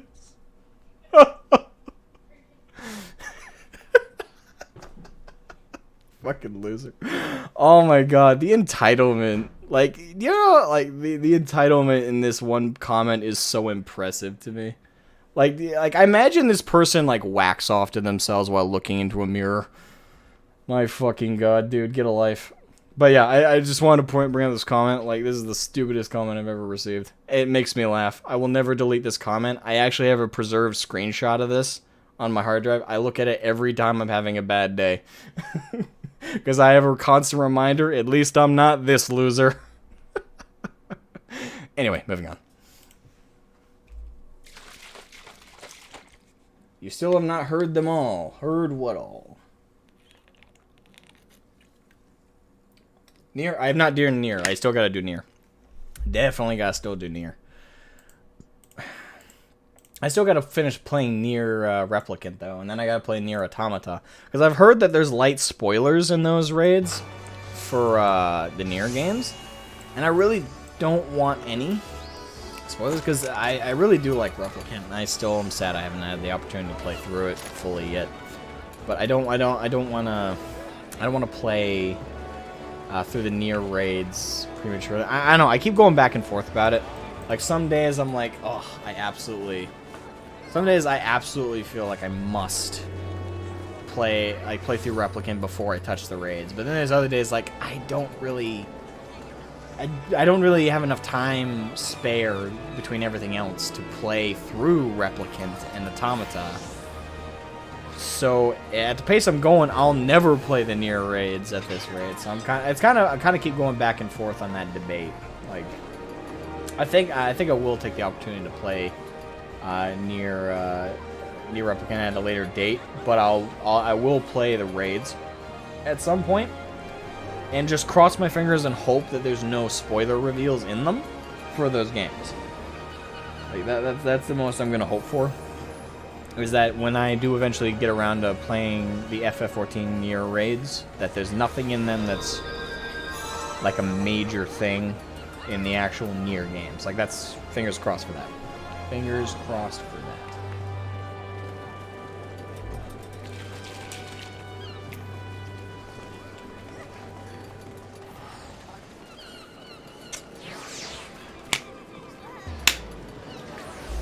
Is either a troll? I'm pretty sure they're a troll, to be honest. Like, because I have a hard time believing someone who wrote a comment like that is really that entitled.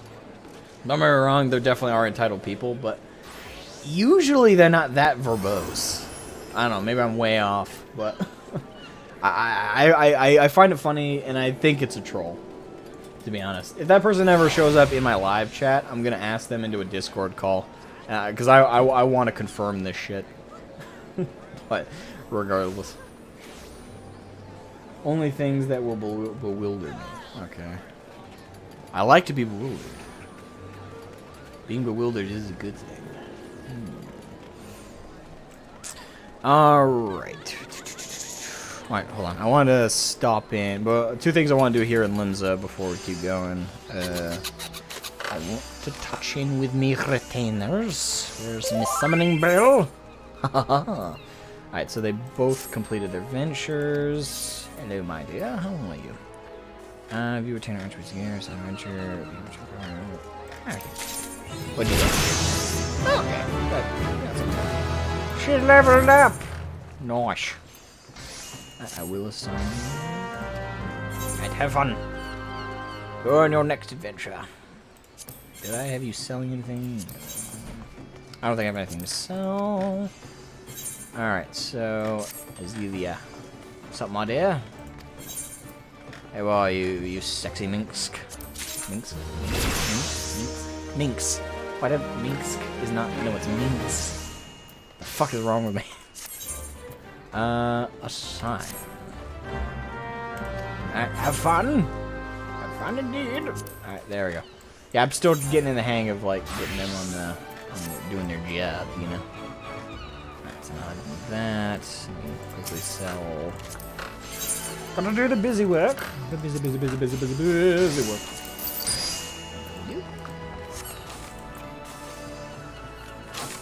Castrum and Praetorium are being made into 4-man... Wait, whoa! Really?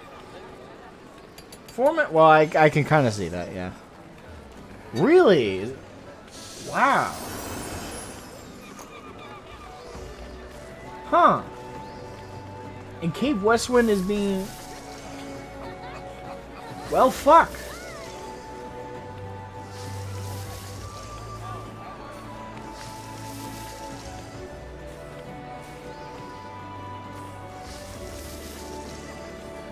I don't know how I feel about that. Like, on one hand, I kind of like those changes.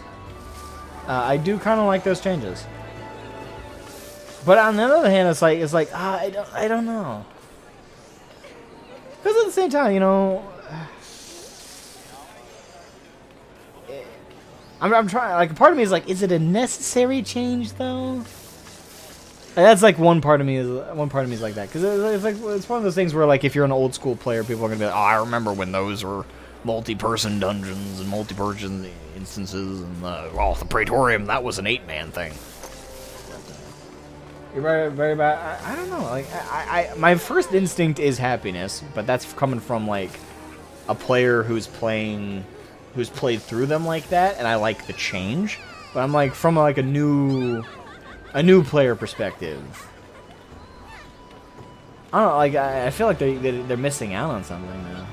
But then again, like, I suppose if you new players who come after those changes,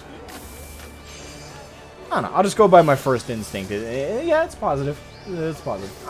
I'm interested to see what that's like, though. That'll be interesting. I know, running through the Praetorium with only 4 people. I don't know, in the back of my head, I'm like, we're the elite of the elite. We don't need 8 man, we got 4. Like, that's like something in the back of my head. Hold on, let me stretch. Oh, man. I'm an old man. Don't mind me. Oh, I don't know if you guys heard that one. My shoulder. I'm long time and happy about both. Yeah. Again, that's like for older players, it's definitely a good thing, because at like least effective, they're just like there's something. It's like a switch up. It's like a change up, so it'll feel different when you run it next time. But like from a new player perspective, like the reason I'm a little on the fence about part of it is whenever something changes from how it used to be, I get a little antsy. I think this comes from being a WoW player, like because for WoW, back when there were changes, came Cataclysm. I know there were a lot of people who were questioning the changes at the time, but when they were first like announced and talked about, it like the theory of it seemed really nice, like the streamlining and stuff like that. Like changes like that sounded nice and sounded like an improvement in foresight, but hindsight, looking back, like I don't know, changes make me antsy. I trust the FF14 team though, so I'm not gonna hang on that worry, because it's not like the same level of changes from from Wrath to Kata.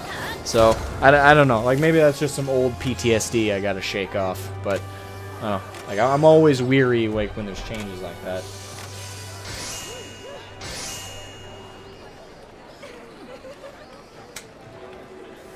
Not sold on the trust revamp. All right, what are they doing to trusts? Oh, that is a big change. God, oh fuck. Really? They're adding trust. Yeah, that one does worry me actually. That one does a little bit.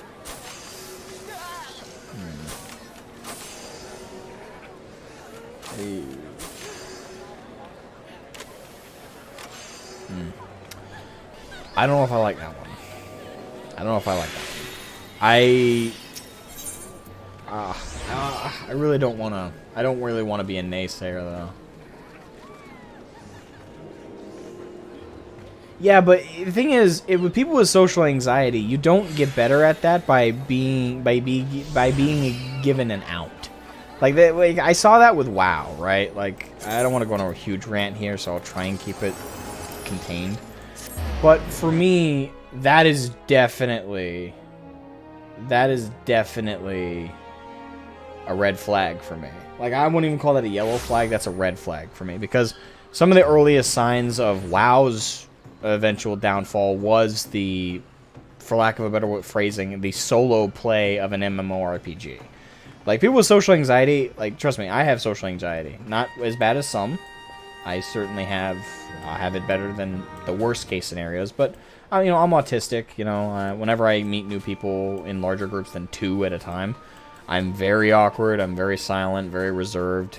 I know I don't come off here, but that's because, you know, the camera gives me a healthy level of confidence and boldness with my energy, and I feel like less like the need to reserve. But regardless, that was the earliest red flags looking back, and WoW was, you know, was a lot of the streamlining and the lack of a better term, easification of the game. I don't know, a huge part of MMOs as an identity is the social aspect, being encouraged to play with other people. And I find, in my experiences with people with social anxiety, you don't help them by giving them an out. Like, when you give people an out to not face adversity, they elect to take their easier route, the road most traveled by, I would say. And because of that, they don't really improve, right? Like, if you have social issues and social anxieties, you don't improve those anxieties by avoiding people, right? Like, you improve them by talking to people. And in many ways, people with social anxiety issues, like, they improve a lot because of interactions, well, over video games, the internet, things like that. And I find that when devs do this, when not just devs, but when people give people excuses and like an out of those social scenarios, I don't think you're helping. I think you're making things worse actively. I'm not gonna be a naysayer and say this is 100% a bad thing. You know, they shouldn't do trusts. I mean, it's hard for me to say that this is a definitive bad. I hope it's not. I hope, like, my fears of what happened to WoW will not happen here, but that I will call this a red flag for me. I don't like for me, I was okay with it with Shadowbringers because it's later in the game, right? Like, you've already been, for lack of a better term, forced to do group activity through A Realm Reborn, through Heaven's Ward, through Stormblood. All throughout those, you had to do you had to do the MMO thing, you know, meet up with different players, play through dungeons and raids and trials, do all that with people, and in a lot of scenarios, especially with my experience with this game, talk to people, socialize with people, converse back and forth, and make some friends. Like, some of my people on my friends list I made before I got, you know, quote-unquote bigger with the streaming aspect of FF14. And I met them through dungeons. Like, some of my first friends in this game, when I first started playing, was through dungeons. And that's how an MMO is supposed to be. It's not supposed to be giving you an out. I find that's a bad thing. Like, it's why it always concerns me when people try and use that excuse. Like, oh, you know, it's social anxieties, so, you know, give those people a way to not socialize. Well, okay, well, how do they improve if you quarantine them off from the rest of the player base? Now, in WoW, in modern WoW in particular, I'd say that's a good thing. Like, most of the player base are assholes. So, yeah, make it single player, fuck it.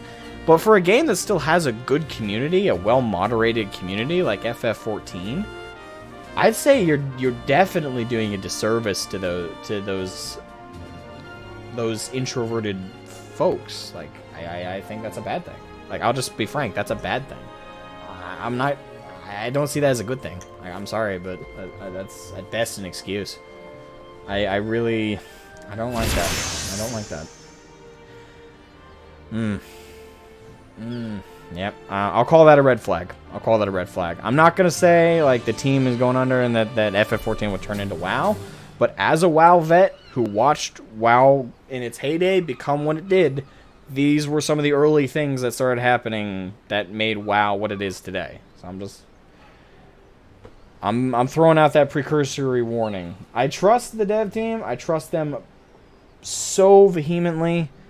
So I'm not going to say I'm not going to say that this is going to go down that path with any kind of certainty, but if you're a WoW vet like me who played during vanilla and played through vanilla, you played through TBC, you played through Wrath, and you got to have those social experiences, you got to see what it was like during those times where you had to talk to people to get into dungeons and get into stuff like that, and the community was, though still assholes and trolls at the time. I mean, just look at the funeral, the in-game funeral hijack during that. People were bad even back then, but there was less of the worst that we see now because there was a level of social ability you had to have. And the moment they started adding in ways to avoid socializing and allowing those super introverted single-player types to kind of skid by is when the community started going to shit. And that's why whenever there's a new player in WoW now, the first thing, if you ask for any advice in general chat or trade chat in WoW, the first thing you're going to be told is Alt F4. And by a minimum of 10 people, 10 different people, you will be told that. And the next 4 people will be bots trying to get you to buy gold for real world money. And then you'll just have like 4 or 5 other people call you the N-word. So I'm just saying, I'm throwing out that red flag. For anybody, currently in the chat or people who watch this VOD, just know I'm not saying FF14. I feel like I need to stress this because I know a lot of people are really defensive of the game, and I am defensive of FF14. That's why I'm saying this.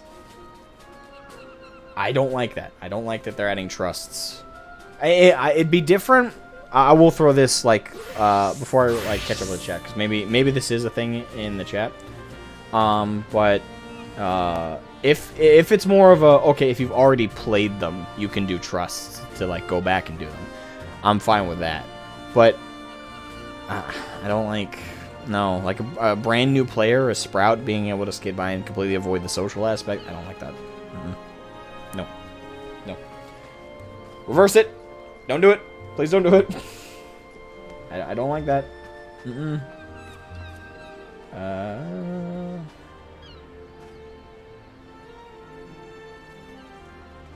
This to deal with something isn't to ignore it, it's to confront it head on. Exactly. Well, his exact words was people who have played previous FFs that don't play FF14. That's no, that's Coming from WoW, I was actually happy dungeons in FF14 are required. Yes, same. Yoshi P is greedy and wants to make everyone happy. I mean, that's a good thing, but it's naive. And I know that's gonna sound super arrogant. In a way, that's naive. I'm just saying, it's the best way I could phrase it is that's kind of like the road to hell is paved with good intentions.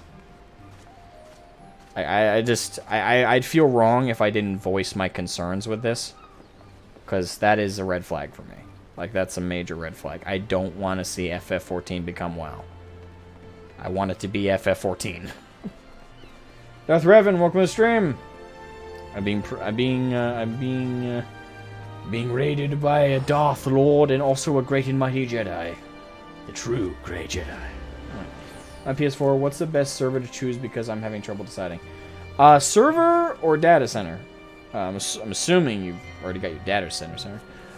Because the data center will change my answer.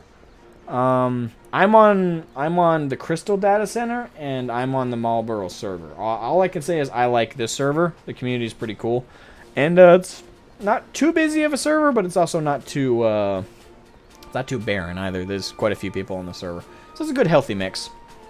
So I'd say if you're not in Crystal, I'm afraid I can't really tell you. Brynhilder is is a server here on my data center as well, but it's an RP server. So if you're into roleplay, that's a thing. I'd say it's worse than that. You're not sectioning them off. You're giving them a means to voluntarily not interact with the community, which is not a good thing. Yeah, that's my my antsiness with this. That's the most concerning announcement I could have received.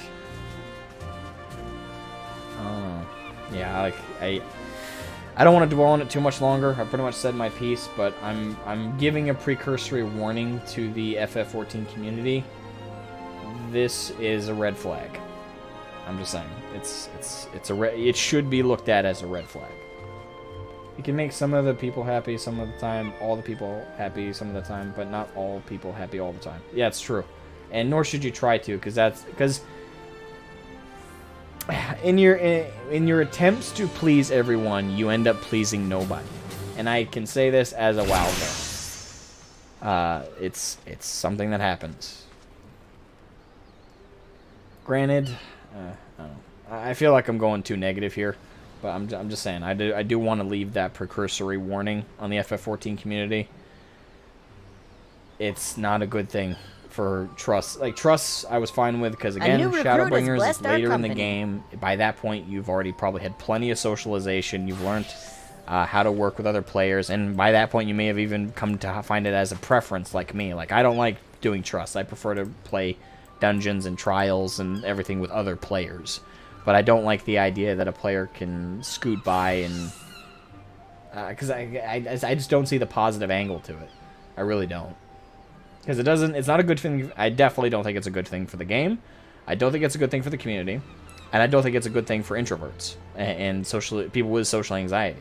Like, the draw of an MMO should be the potential to have, quote-unquote, safer friendships than IRL ones. Because in many ways, having friends through the internet is already kind of a safety net version of making IRL friends for people with anxiety, because there's no face-to-face contact, there's also no vocal contact, and oftentimes you're speaking with people who are states or countries all completely away from you. So it's the most safest way to make friends, while at the same time in many ways being the most dangerous.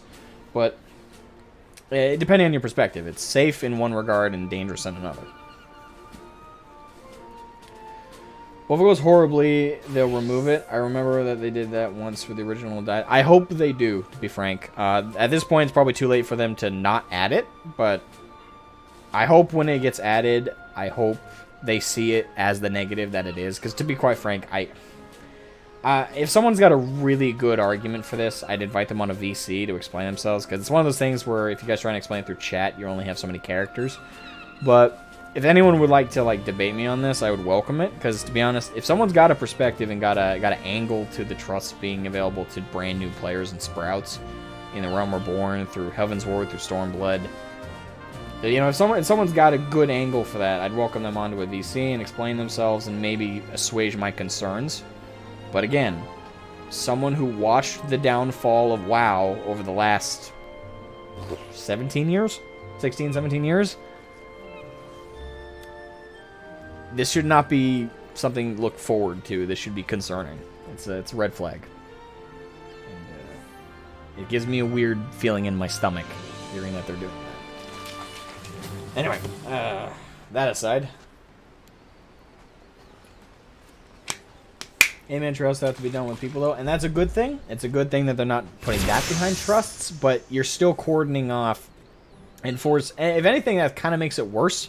Because you're forcing these people to do 99% of the content by them. Well, not forcing them. You're giving them the option to avoid socialization and avoid doing things with other players for 99% of their game time. But then you have the 1% of them doing trials. Well, trials are actually way more than 1%. Let's go 20%. Yeah, having that 20% that you're forcing them to do socialization, while the rest of it giving them a free ride through with trusts.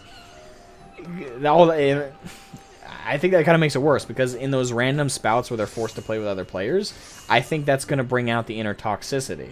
Because again, to use WoW as the prime example, and I know a lot of people don't like the comparison, but it invariably is the risk of becoming that is something I really want to stress. The introverted types, especially those who are hostile to social interaction, because of how the less you have to do something, the more when you do have to do it, you're irritable and bad-tempered. And you're also not prepared for it, so you're a lot more defensive. So, whereas if someone is encouraged, not forced, but encouraged well, in a way forced, to do socialization regularly and to interact with players regularly and to do that kind of sphere regularly, I feel that encourages them and encourages them not only to get used to it, but also to kind of hold back the worst aspects about themselves. So, you know, if you're like back at WoW, when back in the day, you had to formulate dungeon groups by talking to people. You know, you'd put feelers out in the chat. Certain people would be like, "Hey, I'm a tank. I want to run. I want to roll. I'll pick a dungeon. I want to run the mines. You know, okay, great. You know, we're doing this, we're doing that, whatever.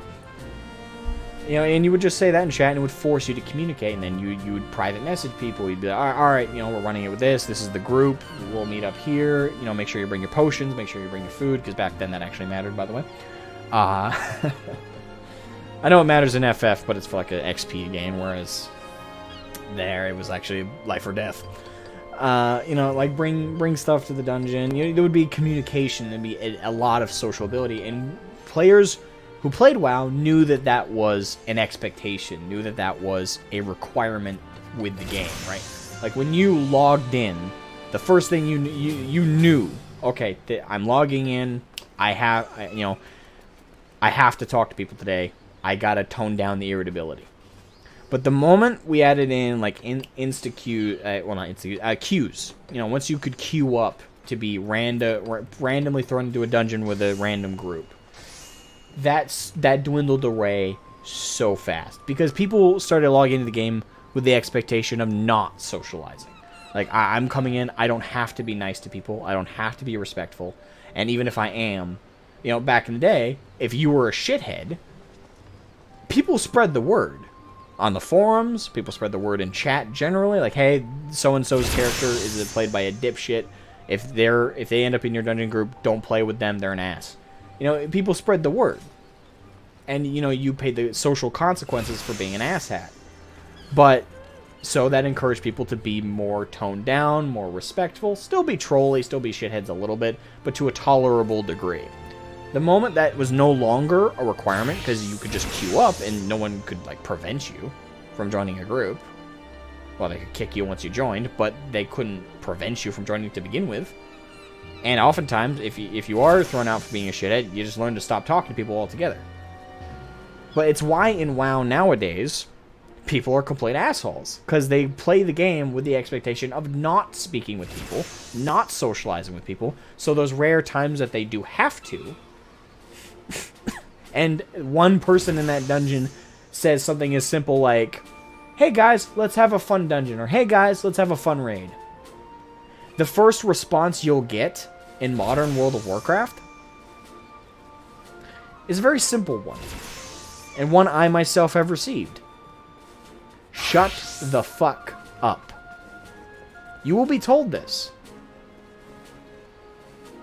the moment you talk. If you type in chat anything short of an automated command of some stupid kind, you will be told by the modern WoW community, this is universal, shut the fuck up. You are expected to not talk, to not chat, to not converse. And that environment was bred because the game stopped incentivizing socialization. It stopped incentivizing respectfulness. It stopped incentivizing filtering your attitude. It started incentivizing being an asshole. It started incentivizing being antisocial. It started incentivizing solo play. And that brought out the worst of the worst people and the worst of the worst personalities. So when I say this is not a good thing, that they're adding trusts as an option for new sprouts to play through A Realm Reborn and Heaven's Word presumably and Stormblood, I mean it. I personally find this news extremely upsetting. And I want to warn people, because if I don't warn people, and God forbid FF ends up like that, I don't have that guilty conscience knowing that I knew what that was like once before. So I just want to stress this. This is very terrifying. And I know some people are going to say this, I'm making a big deal out of nothing. It's such a small thing. How can it really have such a big effect? I've lived it. I've lived this shit.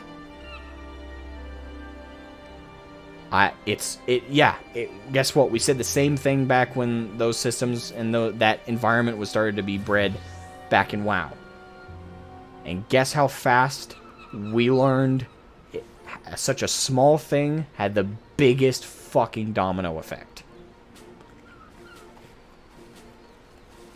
So, I would feel completely bad if I didn't throw this warning out there. Just, sorry. Oh, God. That's got my blood pressure up. I don't like it when history repeats itself.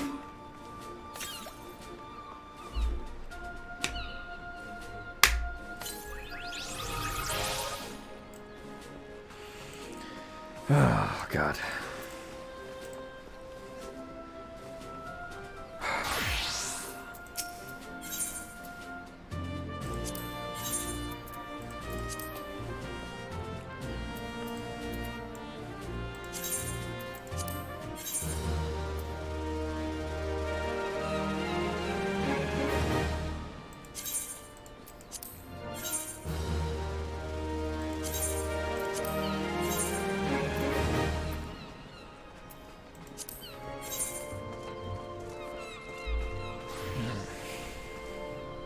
Hopefully it... Yeah, hopefully it doesn't go that way. I just want to warn people. That's scary. Just want to warn. Anyway. Okay, so then my deliveries I stopped by I could repair my gear. Quickly repair my gear. What to do next? I repair my gear, and then I could spam. Yeah, because I've already done that stuff in main scenario. Hey, if you guys don't mind running main scenario, I can run main scenario. I don't want to do alliance raid or normal raids. Done that stuff. Like, that's annoying. Might do a frontline though. Frontline might be fun.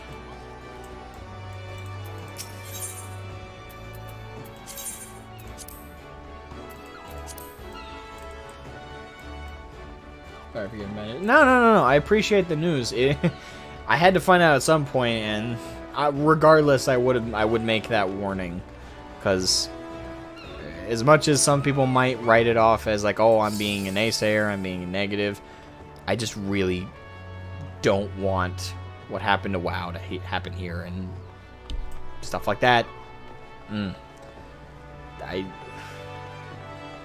Especially for the FF players who have not lived it like us WoW vets have, don't welcome this news. That's all I'm gonna say. Like everything else you've told me is, there's definitely positives to it, but the trust thing, just saying, be weary of it. I would say it's a bad omen. It's a bad omen. But I trust Yoshi P. I trust the dev team. They brought us such an amazing game, such an amazing story, and I want to think that they're not going to go the same route. But if you had asked me back when these things were first kind of added, that these environments were first bred in WoW back in the day, if I was worried about it, or did I doubt the dev team of WoW at all? No. The answer is no. I had no doubts in my mind. I was completely behind the team back in the day. Blizzard that was developing the game, they could do no wrong, and then until they did. So I just kind of want to leave it at that. Because again, the more I talk about it, the more of this, I get that antsy feeling, and I also don't want to be negative before it even happens. But I believe in Yoshi P. I believe in the team. I believe that if it does start to show signs of being like WoW's worser elements, they'll undo it. It's just, I will not shake until they do that. Until that happens, I'm not going to be able to shake this fear. It's going to be in the back of my head for a while. It's going to be in the back of my head for a while, and I do hope my fears end up being unwarranted. That's just my hope. I just hope passionately that they don't go the way of WoW. I don't think they will. I hope they won't. But I'd be a fool not to warn people, especially if you didn't live through WoW's downfall like I had to. And I know some people might say, "Well, WoW hasn't downfall yet." In all ways, but actually being shut down, it's fallen for me. Anyway.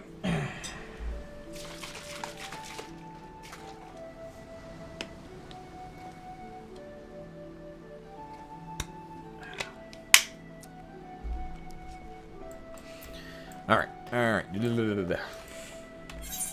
Now, what I could do, instead of doing dungeon spam, I could unlock a class and start playing around with one. I don't know. I'm kind of curious about Archer / Bard, because it's probably one of the range DPS I know the least about. Still got Machinist to level up, but I don't know. Would you guys say Archer is interesting story-wise? Yeah, don't spoil anything, but does it got a good class story?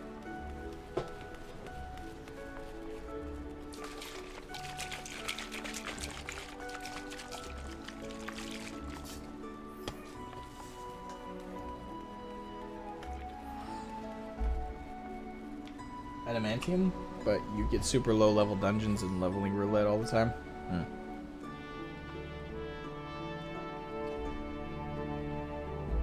How was the 40k tourney? Oh, the 40k tourney was amazing.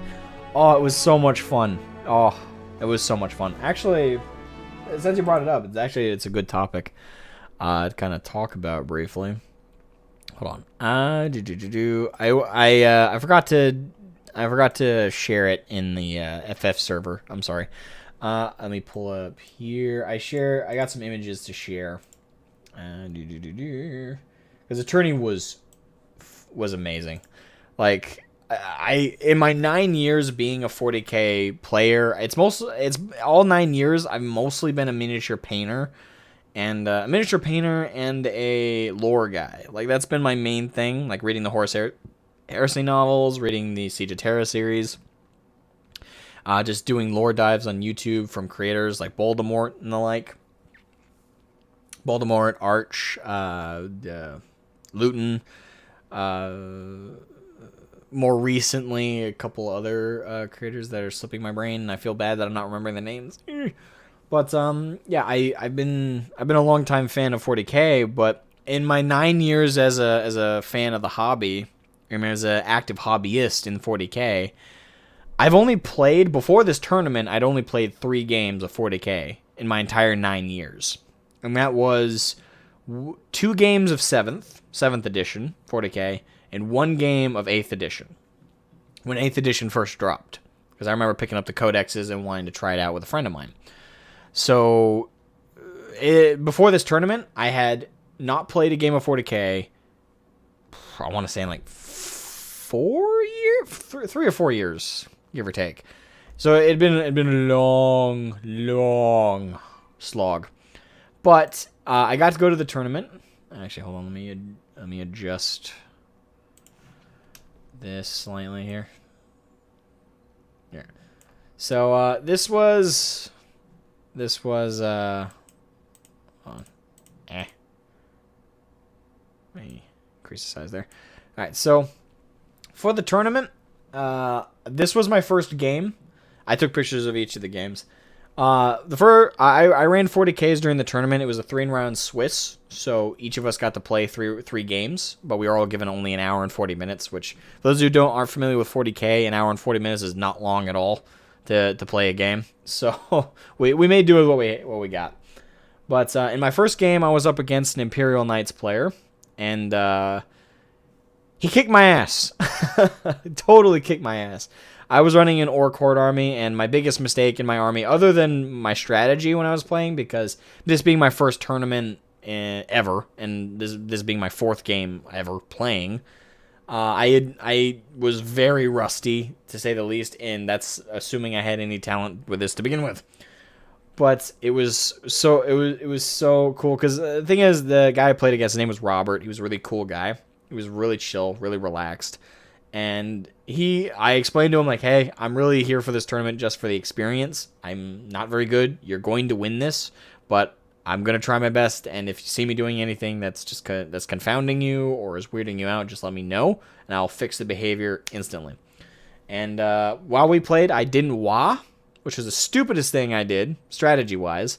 I didn't perform a wah, and I spread out my forces way too much. In terms of just my army decision, in all my games, I regretted bringing my battle wagon, because orcs have a 5-up ballistic skill on a d6. The chances of you rolling well to shoot a gun with an orc is, like, minimal. So they're a melee army. You want to play melee. So I was just stupid for bringing any kind of ballistics to begin with. I should have just gone full monkey brain. But no, I had to bring the fucking battle wagon, which was so stupid. But yeah, Robert kicked my proverbial ass.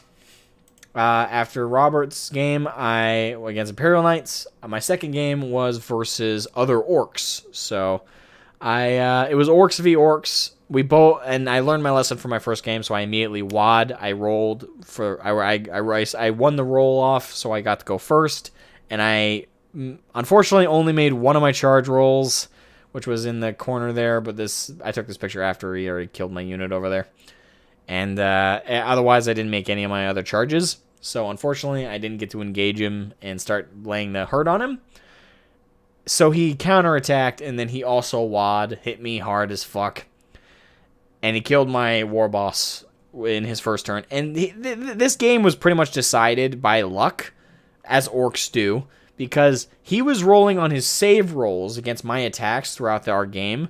He was rolling 5s and 6s on everything, and he was playing Goths, and their faction trait is exploding 6s, which means they get to re-roll. They get to get an additional attack roll when they roll a 6 on a roll to hit. So fuck me, right? So he won that game hands down, but this game was closer. The victory points came to about 18 or 30, somewhere like between 13 and 18 for me, and like 36 for him, whereas my first game, it was literally 100 points versus my 2. So that's to give you an idea how bad my first game went by comparison to my second. But my third game, this is when I had like shaken off all the rust. I finally started to like remember how to play orcs, remember how to play the game proper, and this was the final game, and I actually won this game. I won this game. It was my orc army versus a Mechanicus army.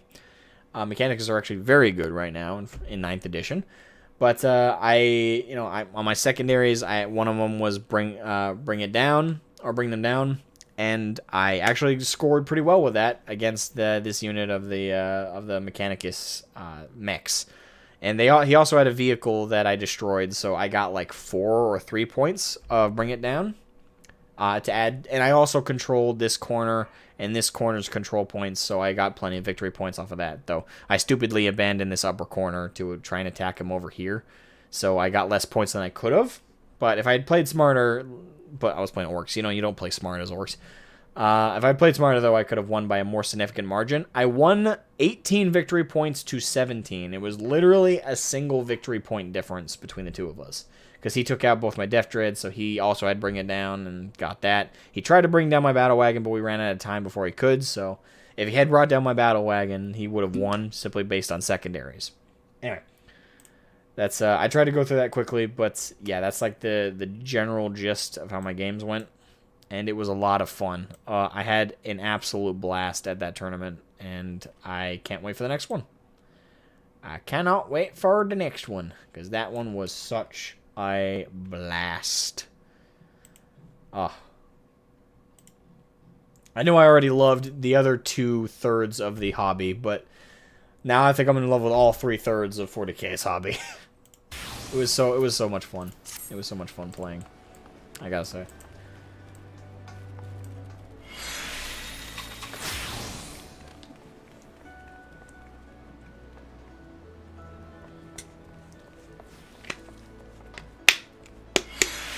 It was to me. Okay. Alright, so Archer's not terrible. Yep. Oh, my family's texting me. Might be because I'm too loud. No, my sister went to bed early. That's why. Don't worry. I don't think I'm being too loud, though. It sounded more like she was complaining to her husband. My brother-in-law. Yeah, massive volume. And the thing is, even then, orcs hit on 5s, man. Like, that's shit. And orcs saving throws are 6s. So if there's any AP, they're fucked. And most armies have some form of AP ranged weapons now. So yeah, orcs are not in an amazing place right now. Neither are Tyranids. Both horde armies are since they're so melee focused, are really in the bad right now. And Tau are better. They're not a horde army though. They're more, well, Tau are kind of medium force, almost horde. Depends on how you play them. You can play them as horde, like with fire warriors and stuff, but it's smarter to play with mechs with Tau. In Astra Militarum, they've always been better with tanks, stuff like that. A t-shirt save. Thing is, I was playing Death Skulls, so I did get to. If you play Death Skulls, you get a 5-up invul save for all Death Skulls orcs. So I did get to roll invul saves for, which was better than their actual base save roll, which was a 6. So I got to roll those 5s, which was better, but even then, 5. Whenever anything's a 5 to roll 5 up in the game, that's terrible. If you get a 6 up, you're just basically asking not to succeed. A 1 in 6 chance is so low. Through my mini backlog, which will be a project. Yes, like I still working through my backlog. I have so many minis to paint, which is good for me. I like the miniature paint. It's very relaxing. It's very enjoyable. I have a lot of fun with it. I call my orc army. Yeah. Thanks for the encouragement. I tend. Sorry. Yeah, melee armies. The 9th really hasn't been kind to them, but as long as you're smart about it and you don't do what I did and forget to wah, orcs can be fucking devastating. They can be absolutely devastating. You just really need to hit the, like, if you wah, your first turn, you make those advancement rolls, you make your way across the table, and then you charge, and you make your charge rolls. If you succeed in doing that, you go first turn, you are going to crush. You are going to kill. You are going to maim. You will win. But if you don't make those charge rolls, you are fucked. Especially if it's orcs v orcs. If your opponent makes their wand and their charge rolls, and you don't make yours, you are so fucked. But with orcs, if you roll right, and you hit hard that first turn, you can win and possibly do a wipe. Literally turn 1. I've seen it happen. It's great. But you got to roll well, and that's the beauty of orcs. You got to roll well. RNG, Gork and Mork, decide your fate. Alright. So, alright, that all being ranted aside. Let's unlock Archer. I'm just kind of curious about it, because I know very little about the class. And I'm kind of interested, because Machinist, I'm not super in love with at the moment. I don't hate it. I only just unlocked it a while back. But I'll probably get used to it. I just got to play it more. But with Archer/Bard, I don't know. I'm curious about that one, so I don't know. Let's go do that. Where do you? I'm assuming that's unlocked in Gridania. I'll be upset if it's not. Nope. That's way. Nope. No. That's way too hard. Black Shroud. There we go. Gridania. Porting over.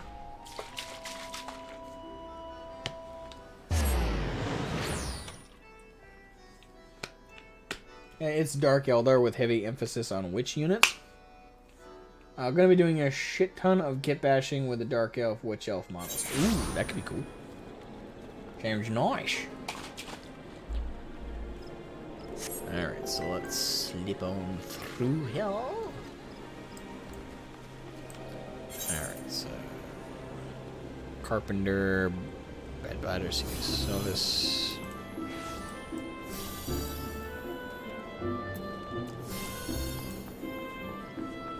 Botanist Guild. There's Archer's Guild. Where's the Archers Guild? Show it to me. Where are the archers?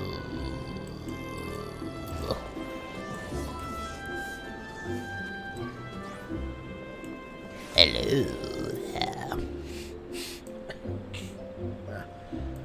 News is stuffing up. True.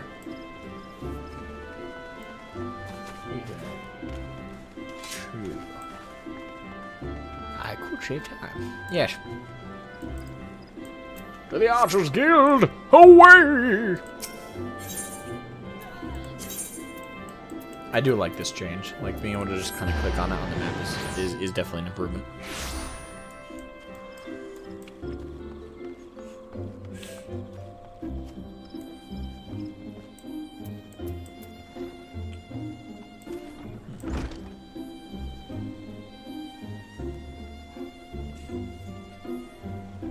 Un momento, por favor.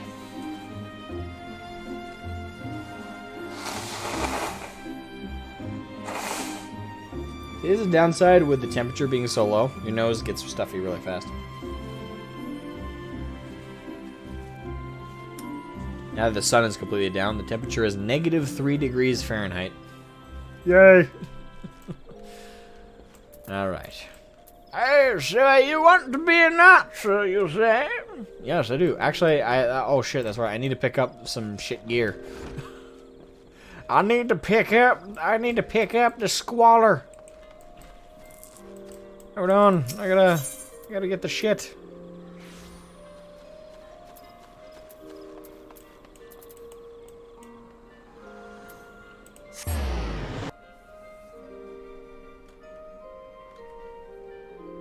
Which is being the scantily clad gladiators. Well, it's Drukhari. Like, they are the scantily clad. They channel that energy.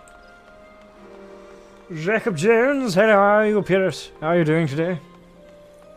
Me governen million. Million. Meow. How you doing? How are you? I'm doing well.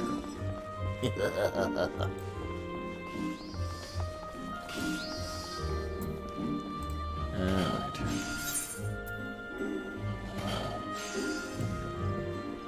Alright, so where's the shit gear? I need basic bullshit. Where doth is the basic bullshit? Alright, slipping on through. Slipping on through. Battlecraft supply. Hello! I need shit. Literally. Would it be Disciples? Yeah, Disciples of War. 1 through 9. Alright, I need shit. Literally. I think they're gonna give me a bow. Okay, so... just weapons. Yeah, because that's Battlecraft supply. Where's... Where...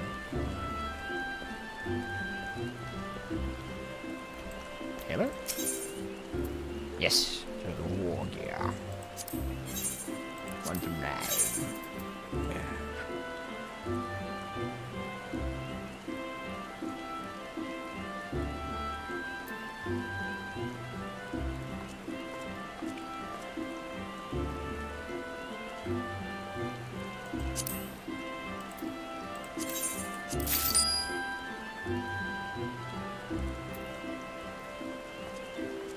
That it? Yeah, just the tunic. Oh.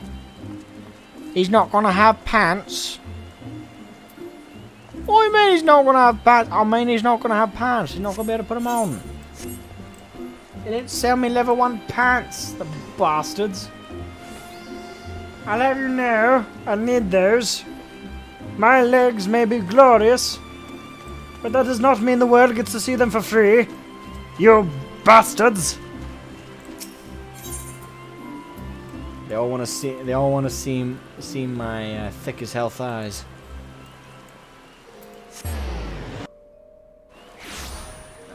culture, indeed. A true man of culture. Alright, now. Archer. Gimme. Greetings, adventurer, and welcome to the Archers Guild. It is here that archers the realm over gather to master the bow. We engage the enemy from a distance, ever seeking to alter the course of battle with a single well-placed arrow. If you have a mind to become an archer, then you have come to the right place. Do you wish to join our ranks? Why, yes, I do, my dear. Marvelous. Then allow me to enlighten you on the history of both our art and the guild. The bow is an ancient tool that has existed since before our fair nation came into being.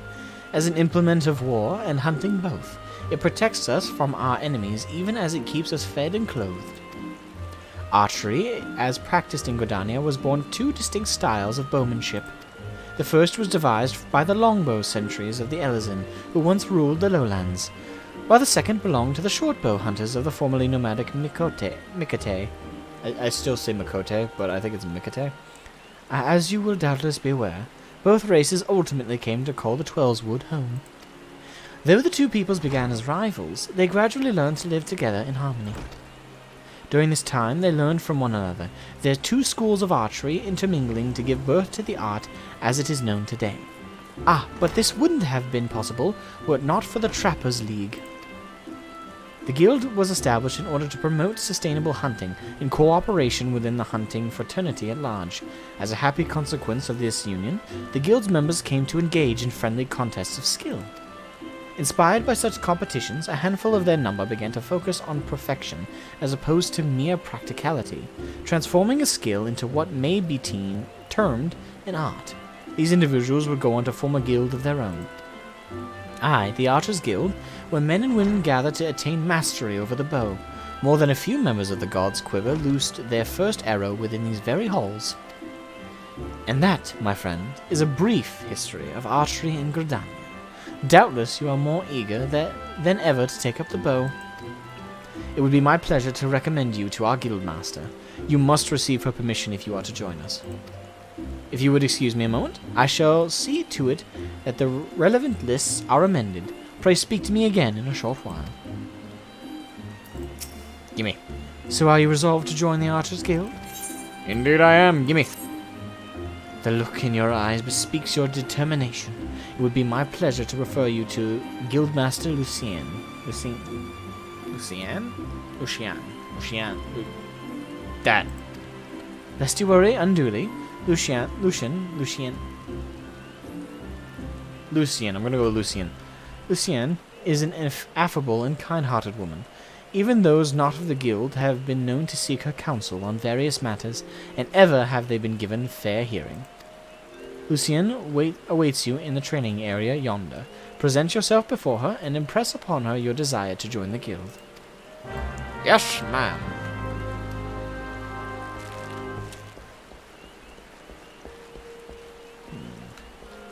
Hello, madame. You're to teach me the way of the bow. The art of... I love that. The archery. The art of... I want to stab that guy, but he's way over there. Oh, she's pretty. Greetings, adventurer. I am told you wish to join our ranks. I am Lucien, the master of the Archers Guild, and I bid you welcome. Our doors are open to all who have the will to learn. Allow me to explain the basics of our art, and offer you a foretaste of that which we teach the members of our guild. The bow's greatest advantage is its range. Unlike those arms used in other disciplines of war, it allows one to strike at the enemy from afar. There we go.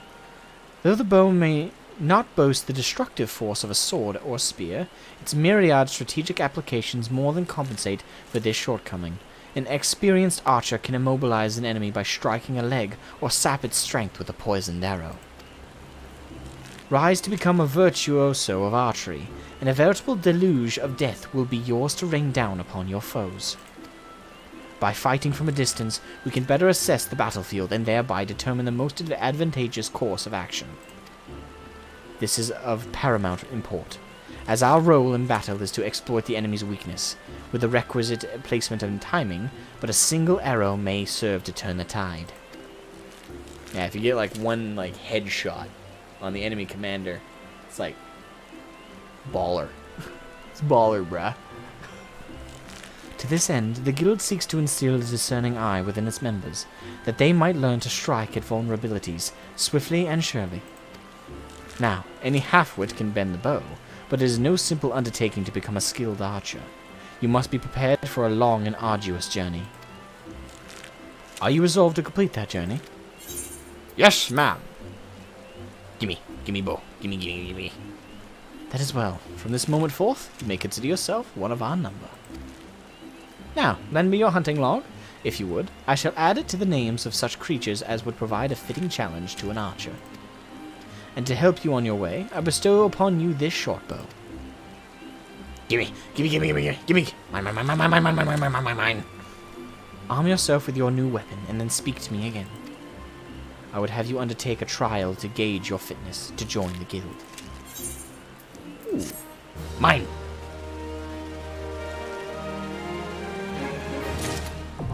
Court moment. Just bring your basic gear or buy from the Black Rabbit. The what? Go grab your racial clothes. What? It's been a while. Can you remind me what? Go grab my racial clothes. From where?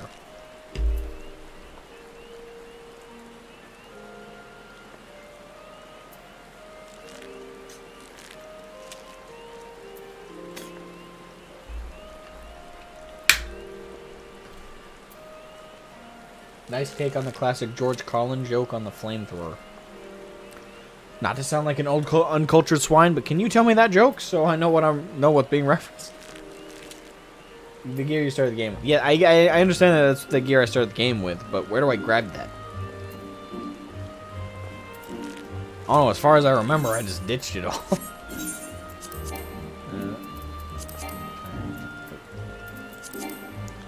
Why is it whenever I wanna?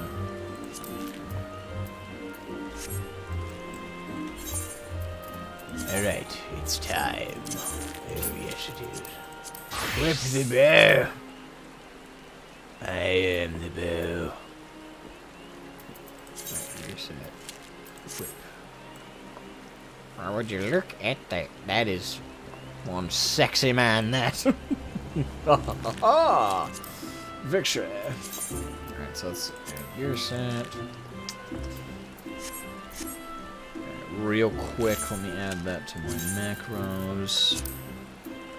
Copy, paste, change the number by 1.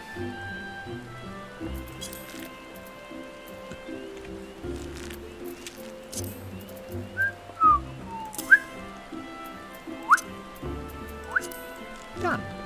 Glory is like a raging fire in eternal flame. Alright, I'm gonna leave return there for next time. Teleport. Yeah, that's fine. And the first attack is heavy shot.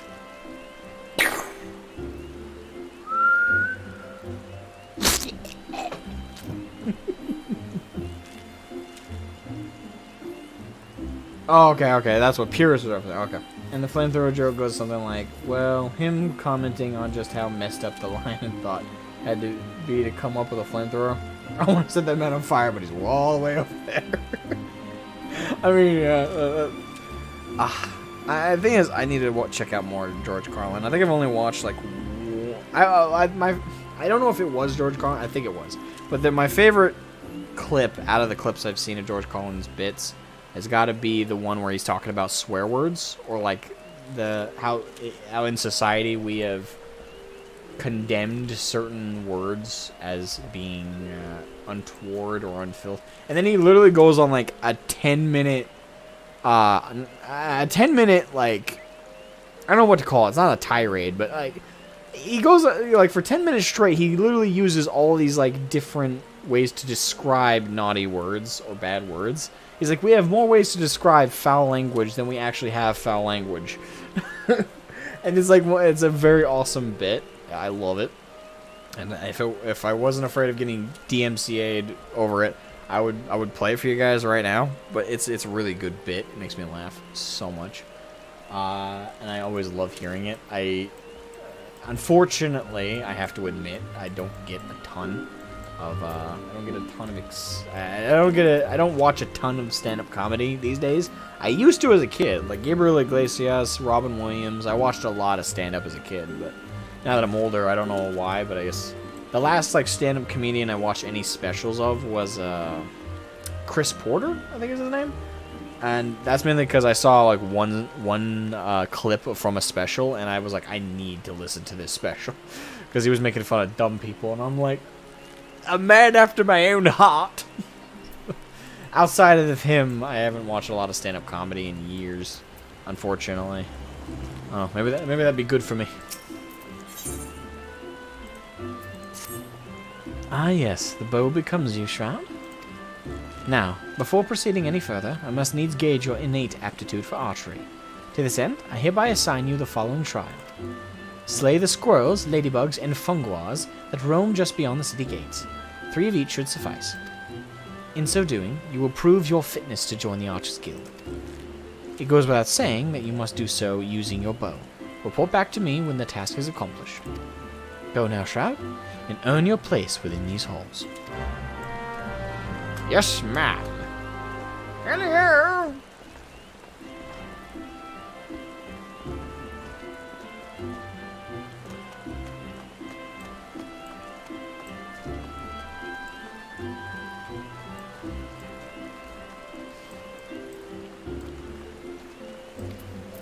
Yes, the first quest, always at level 1. Kill the trash mobs. Richard North, welcome to the stream, my friend. How are you? Are you doing well? How are you doing this fine day? Depending on where you are around the world, it's either Wednesday or Tuesday for you. It's Tuesday for me. Big old shoulder and back muscles.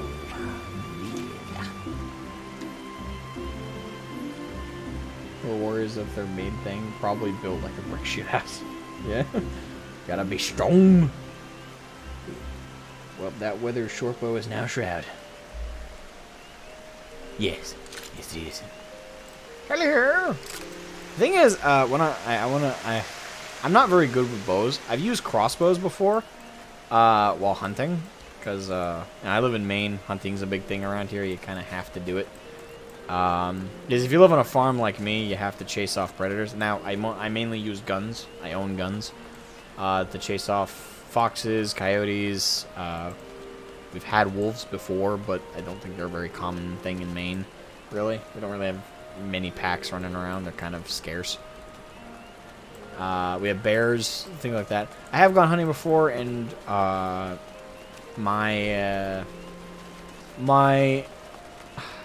well, I say uncle. He married in shortly, but he's no longer married to the family, so I don't know how to refer to him now. But while he was in the family, he took me and my cousins hunting because he was their stepdad and he was trying to do some bonding experience, and I wanted to go hunting, and they invited me along. And he knew we were good with guns, but he was curious to teach us how to use. His phrasing was old school. So he said, all right, we're gonna be hunting like some basic, varmints and like pests that have been kind of bothering a local farmer nearby, and we're just gonna look around. If we don't find anything, we don't find anything. But I want to see what you guys can do with some crossbows.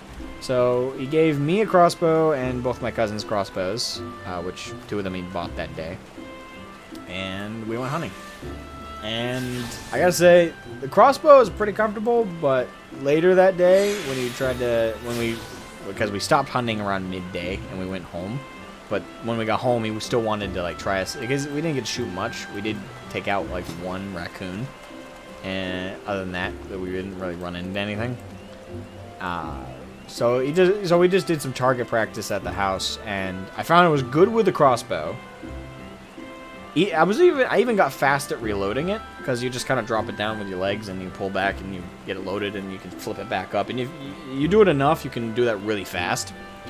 Hell, I didn't have the upper arm strength at the time, but hell, you could even do that standing, like, you know. But I don't know why it doesn't. It's more like that. But when he tried the compound bow he had, though, I could not pull that thing back. Like, it took all my strength to get it to the final pullback and then let it go, and it smacked my arm. Oh, it was like purple all day. That was terrible. And a recurve bow. Oh, that's even worse. Oh, recurve bow, I literally, like, I don't know what I did, but I, like, cut my arm with it. So, crossbows I'm okay with. Actual, like, compound or recurve bows, no. I'm dreadful. That's the reason I use guns. Convenience. Alright, anyway. Squirrels, ladybugs, fungar. Where do I go? I think they're just out the gate, right? Yeah, I think they're just outside town, right? Yeah, I think they are. Alright, so, yeah, we'll just head up outside town. Let's go do that.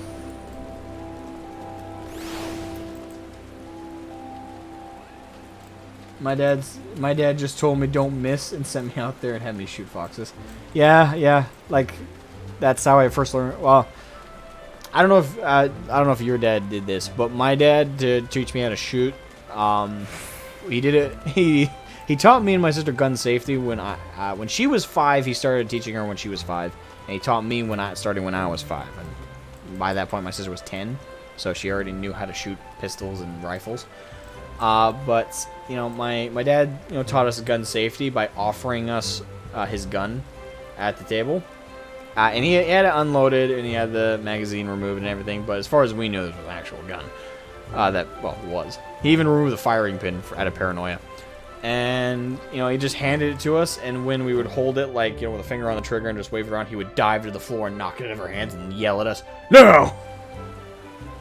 And even admits he did that intentionally because he's like, I wanted to traumatize you just enough that you wouldn't do that again. It worked, Daddy-o. Mission accomplished. Oh, God. It was fun, though. My dad's a great guy. His way of teaching is terrifying, though. It's petrifying. It's like, hey, if I scar them for life as a child, they won't do it as an adult. He's right. Unfortunately.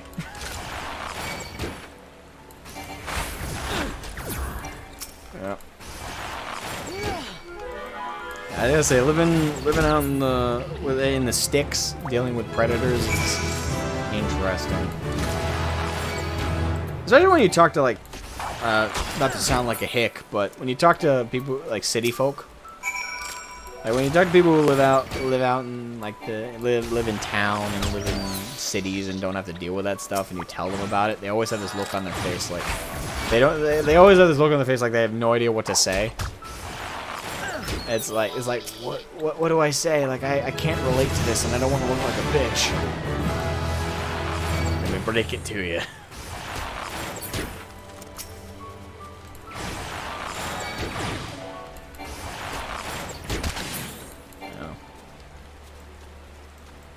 Actually, it worked. Yes, it worked. It was effective. But to kind of play off that a little bit, one interesting thing that one interesting thing. Okay, so I got a story for you, and this is to show off the social awkwardness that comes with like the cultural shift when someone lives in a city and they're friends with someone who lives in the sticks. I was around 7 years old, right? And my family had rabbits. We raised rabbits for meat because it was actually a popular meat at a local farmer's market. Every year was to sell rabbit meat. Lots of people like to make stews with it, like to make broths and stuff, and people like to buy the skins from the furs to make pillowcases out of and stuff like that. lot of like craftsman stuff and foodstuffs. And rabbit meat actually sold pretty well, so my family raised rabbits for that purpose. And I told my friends the gist of it. I was like, hey, you know, like, because one day, like, my friends were like, hey, you know, can you stay back after school and hang out, like, you know, just for a little bit and get picked up by your mom? Because my mom would sometimes, you know, pick me up if I ran late or stayed back at school with my friends. But I was like, nah, I gotta get home, because that particular day we were slaughtering the rabbits. And I won't go grim with you. Don't worry. I'm not gonna give you guys the nitty gritty details. But the gist of the what's funny about it and the kind of the cultural shock for them is they were like, oh, wait, you got, because what I didn't say we're slaughtering. I said we're processing the rabbits. And to me, that meant slaughtering, right? Like, I didn't think I needed to explain it. Like, I had a perfect idea of what I meant in my head, and I thought that was normal, right? Like, everyone does that, right? Everyone raises rabbits and slaughters them for the farmer's market. So I didn't explain it to them. So they're like, oh, wait, can we come over to your house? I'm like, oh, well, it's a long bus ride, but yeah, if you guys want to wait in the bus and you got permission from your folks, they got permission from their folks, and, you know, we rode the bus home. And, yeah, when I began processing, it started, like, they didn't know what was happening at first, because we kept the utensils and stuff to do the deed. And, if you know anything about it, you know that the fastest way to kill rabbits and the most painless way to do it quickly is you put their head in this little rack, you pull, and you pull, it's not even like a hard tug, like, just like, and you kill them instantly. Again, I'm trying to avoid going too grim here, but also give you guys an explanation. And, let's just say, again, I thought this was normal. Okay, I grew up on a farm, and when you grow up on a farm, and you don't grow up in the city, you don't know what's wrong, like, freaky to other people. Yeah, you don't know what's terrifying.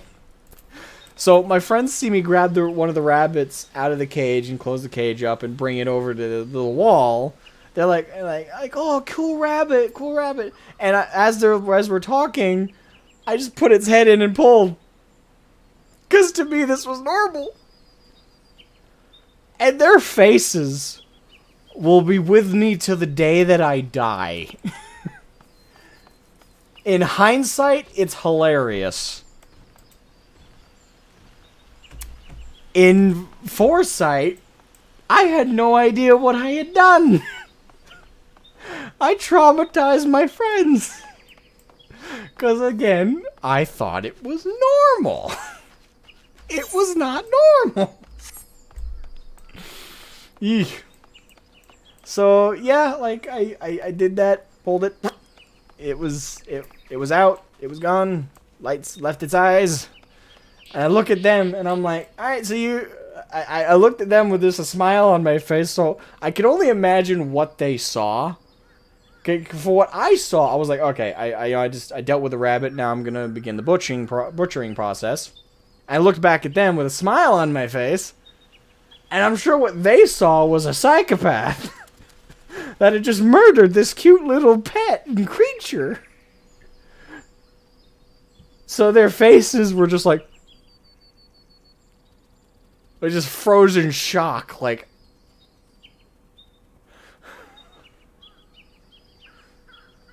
Yep, my friends didn't come over for months after that. Apologies to any vegans or vegetarians out there who are vegans and vegetarians for like the whole animal loving conservation thing. I don't mean to gross any of you out, but it just occurred to me that maybe some of those folks watch me, and I apologize in post-story. Apologies. I don't mean to gross any of y'all out. But, you know, it's kind of a way of life when you live out in the sticks. Kind of have to do this stuff. It saves you money, keeps your family fed. And you even can make money. Like, rabbits were profitable for a while, I tell you. I don't even know why. Like, rabbits are pretty easy to process. I don't know. I guess there's a lot of people who didn't want to bother with it. Maybe that's why it was profitable in the front. It stopped being profitable when I was like a teenager. So I guess more people were doing it later on. But for a good chunk of my childhood, it was a common thing. Alright, let's turn this quest in. Let's turn it in. I'm already level 5. I'm level 5. I got my bow. Actually, I didn't read the tooltip. Raging strikes increases damage. No. Oh, okay, so that's like a buff. Gotcha. I will put that.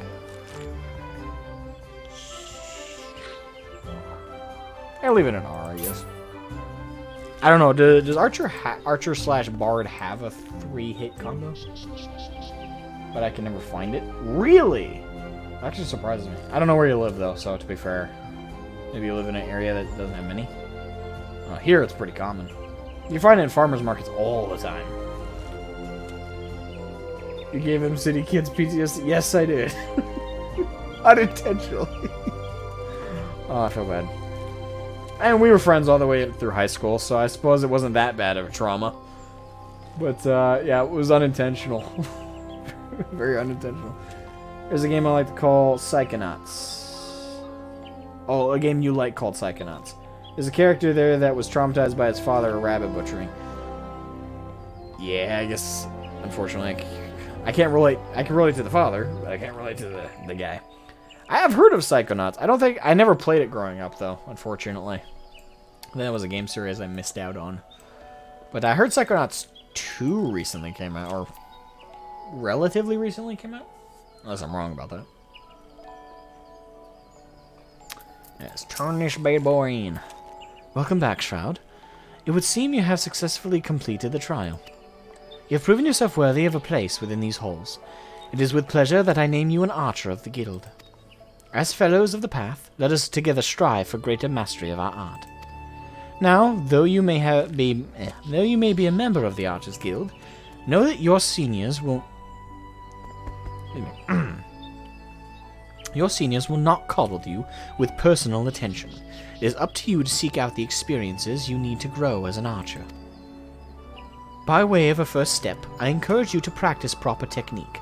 Loose arrow after arrow, paying close attention to form until the movement becomes second nature. When drawing your bowstring has become as natural to you as drawing breath, and the world seems clearer when viewed down the shaft of an arrow, return to me. Go well, my young apprentice. Yes, my master. Oh, look, I'm level 5. I'm not leaving. I'm coming right back. You still get both on PlayStation? Oh, is Psychonaut, the original Psychonauts? I thought it was an older game. Is that playable on PS4? Like, did they resell it for, or what's the term? What's the term when they take like an old game and they, not a remake, like just when they port it to a newer version of the console? I guess that would just be called porting. Did they port the original Psychonauts to PS4? I don't have a PlayStation 5. My grandmother does like that stuff, and we had to kill our pigs. Yep, same. And she dropped off my sister. There was pig blood all over the place, and she almost threw up. Eesh, I feel bad for that. Yeah, like that's an interesting thing, isn't it? Like, if you, it's one of those things culturally, and it feels weird to call it culturally, because nowadays, like, when you think like culturally, you think like, you know, African culture, Irish culture, Scottish, fucking Welsh. You know, like, you think of more grand scale culture like that, but then you got the small scale culture, like just city living versus sticks, hicks, redneck living, you know? If you live more close to nature with your closest neighbors like 15 minutes away like me, there's a lot of independence and solitude there, and you also a lot of opportunity to take care of yourself, farm work, stuff like that. When you live in a culture more like that, where there's a lot more emphasis on independence and a lot more emphasis on self-reliance, as well as, I guess, more of a natural or old school kind of way of living, while still kind of connecting to them now. Like, we had internet and television growing up, obviously, and like movies and stuff. But, you know, a lot of our day wasn't that. It was mostly farm work. You know, you had to take care of the horses, had to take care of the pigs, rabbits. You had to take care of the garden, which the garden wasn't just some nice pretty flowers and spices. No, it was spices, it was corn, it was pumpkins, it was squash, it was how you got your fruits and vegetables, was the farm, was the greenhouse, was the garden. And then your family ate meat, not by going to the grocery store all the time. Well, we did when we had to get meats that we just didn't normally have, like lamb. We rarely had lamb growing up. We had goat meat, but we didn't have lamb specifically. And also certain spices we couldn't grow because Maine's not really nice weather for gardening. Unless you're talking about the summer or in springtime. Those are the only times you can really grow stuff around here. And all farmers that grow like crops rush to grow crops here in Maine, because you only have like a 4.5 month period from dropping the seeds in the earth for them to be fully grown. That's how much time you have before the weather turns cold and all those crops die. So it's more foodstuffs like meats that people grow around here. And yeah, like that cultural difference, yet somehow being so close together yet so far, is kind of weird. Because I went to the same public school as city kids. Like, I went to the city to go to school, and again, like that weird divide is weird. Oh, Robin, you gotta head out. All right, have a good night, man. Thank you for joining while you could. Get some sleep. Rest well, my friend. I never had to slaughter or kill anything myself, but a good part of my family were farm is not bothered by it and wouldn't be bothered seeing it. Yeah, like it's when you grow up in that environment where it's just commonplace. I mean, that's really what it comes down to. It's just commonplace. It's how you survive. And you know, I'm not gonna knock veganism. Like, I know there are people who like vegans, vegetarians. If you know, I respect people who do that, and if anything, I find it amazing. I find it commendable when people can do that. When you can live off just vegetables and just greens and stuff like that, I think it's cool. But I could never live like that. Not just because I like meat, I do, but also because that's just how I'm wired. Like, growing up, that's part of survival. It's not like I got to pick and choose what food we had. It was money. Like, we didn't have a ton of money to spend on food. That's why we lived on a farm to begin with. It was money saving. It was so the family could put away money for more important things like paying the mortgage, paying for taxes, paying for all the necessaries, right? And also keeping our non-meat animals alive. So I sometimes, like, when I like see vegans or vegetarians talk about like dieting and stuff like that, and again, if you live that lifestyle and you're more respectful about it, I highly respect people who just live that style and they kind of stick to themselves and they don't tell other people how to live. But the hostile vegans and hostile vegetarians who are like if you eat meat, you're a murderer, you know, you're the worst kind of person ever. I hate those people so much because their complete narcissistic their completely arrogant, sanctimonious, narcissistic perspective is so infuriating. It's just so infuriating. Again, if you're a vegan or a vegetarian and that's it, like I don't even care if you do judge other people, but if you're respectful about your judgment, you keep it to yourself. It's in the back of your head, and you do I don't know what's the term, denounce it, I guess, but you don't go out of your way to be like sanctimonious, stand on a soapbox where there's none to be stood upon, and tell other people how to eat, how to live, how to survive, and make a bunch of bullshit excuses and lies up just to try and force people to eat like you and live like you. I hate those people so much because, again, it just comes from pure narcissistic, sanctimonious arrogance. Some people, they don't like what you eat for your meal is not a choice. Some people are just looking for food. It doesn't matter what the food is. If you can eat it and live, that's it right there. That's as simple as it gets. Food is not a complex spectrum of a debate. It's quite simple. Food, you need food to live. And for us who, like, if you live a farm stand life, like I grew up living, it's not about morality. No, you don't kill those animals with joy in your heart. Like, there's happiness after the fact because, your family gets to live and eat and save money and survive.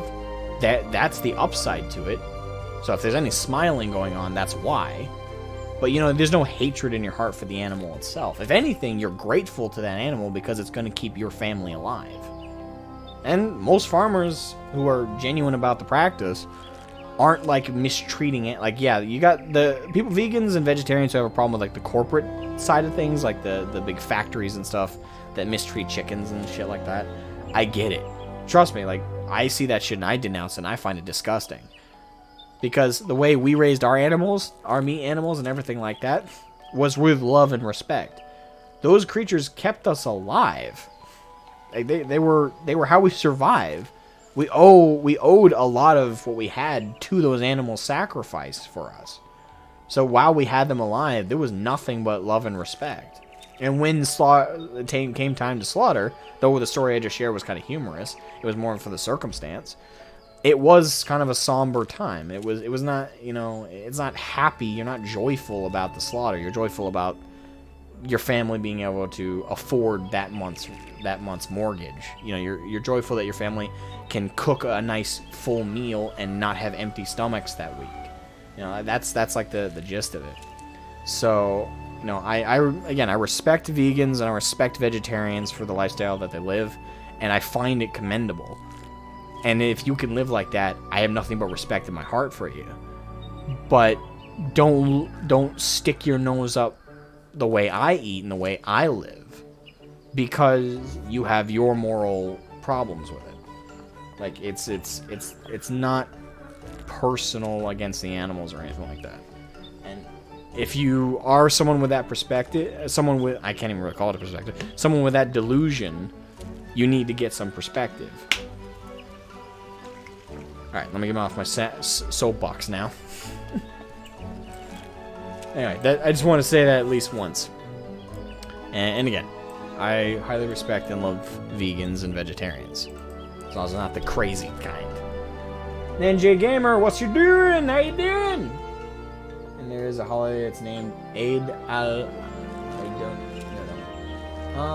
Yeah, I'd say there's lots of cultures. Like, the Scots kill goats and sheep and lamb and stuff like that. And hell, you got haggis, which is sheep stomach. Lots of cultures and faiths and stuff like that have like a process of killing animals, and again, most of the time it's the joy of those events. Like when you do like ceremonial stuff like that, it's not killing the animal isn't the joyous part. It's what good the killing brings. And I know it sounds dark, but again, it's the context of it. But yeah, I don't know much about like the Muslim culture and how they do that stuff. I can't really give my opinion. But self-reliance and generally good treatment of animals give you better meat. Yeah. I mean, less stressed meat and all that.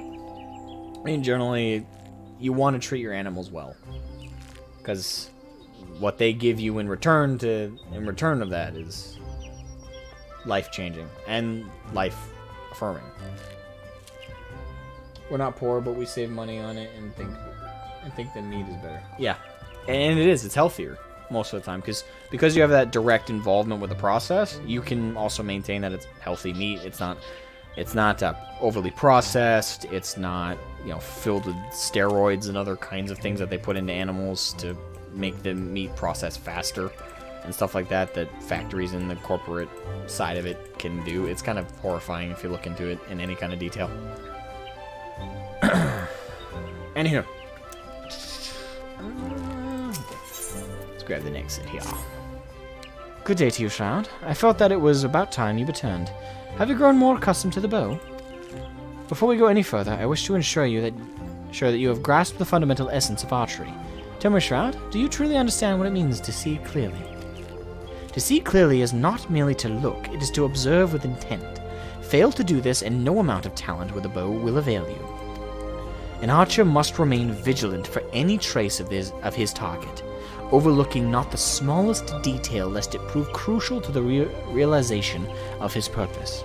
He must, in short, see clearly. The coming task will test your powers of observation. A number of targets have been hidden throughout the city.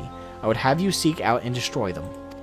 Each will fall easily to your heavy shot technique. When you have completed the task, return to me and we will continue. Yes, ma'am. Alright, we're gonna go target shooting.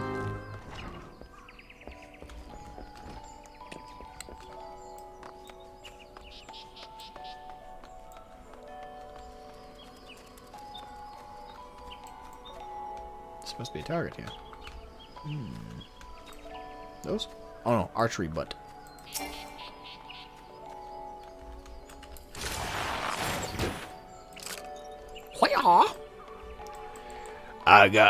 I pulled back the arrow and made a hole. Alright, so we got one. Was there more than one there? There's a big circle, so there's only 3 of them, so I'm assuming there's at least 2 in here.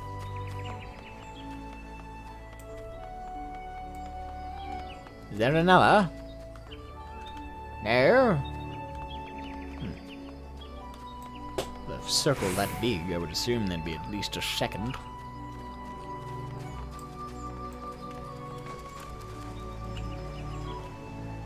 Ranger Corps?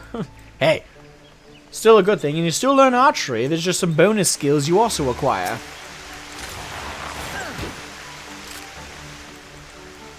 Target number 2 destroyed. Slaughtered. Left waiting in the wind.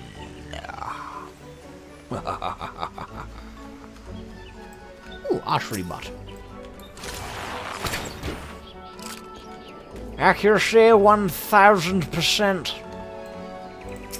It's another archery butt.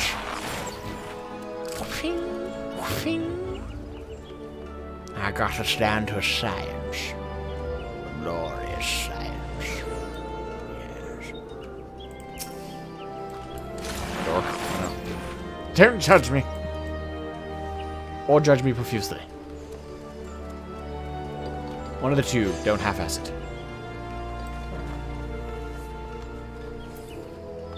I need one more target. Eyes on target. It's time for the glorious slaughter. And archery butt. Hell yeah! Yay! Yay! Yay!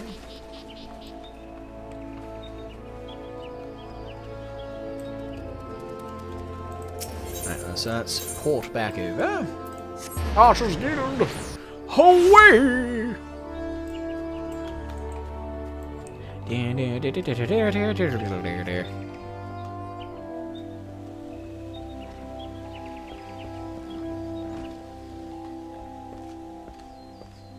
Alright, I did as you requested, my dear. Ah, you have returned. I trust you have begun to comprehend the crucial importance of seeing clearly. The next trial will test your powers of observation in battle. Travel to the North Shroud, and there put down 8 my crocus.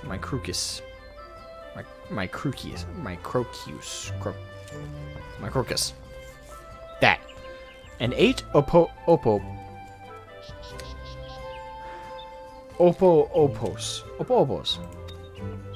Whoever named those things needs to rot in hell. Not really. In contrast to the inanimate and wholly unthreatened targets of the previous trial, these creatures may be relied upon to move around and fight back. Nor are those the only differences. Being comparatively numerous, Microcus and Opos are anything but difficult to find, and yet you may be assured that this task will test your powers of observation, albeit in a different manner. This time you will need to evaluate the abilities of your opponent. In so doing, you will learn, amongst other things, that Microcus produce a poison that can quickly sap one's strength, while Opos, like archers, possess the advantage of range. Knowing their strengths, how will you go about mitigating them? If you commence your attack before identifying an effective strategy, you will soon be made to regret your folly. But if you take the time to observe your targets from afar, you will surely glean the knowledge necessary to defeat them. I look forward to hearing your success, Shroud. Yes. Yes, indeed. Goes and just monkey brains it. Micro chew. Really? Is that how it's supposed to be said? Micro chew? No, right. I love your stream and am new. Keep up the good work. Yes, I knew you were new, but... And I'm glad you love it. I love having you here. I love you too. You're amazing. How are you? I know I already asked you earlier, but I'm asking again. How are you? I repeat the question. Simo Haya. Heya? You are not. Simo Haya. Oh, okay. Yeah. I try and keep it nice and fun. Good, sir. Yes, I'm happy you're doing good. Fantastic. Yes.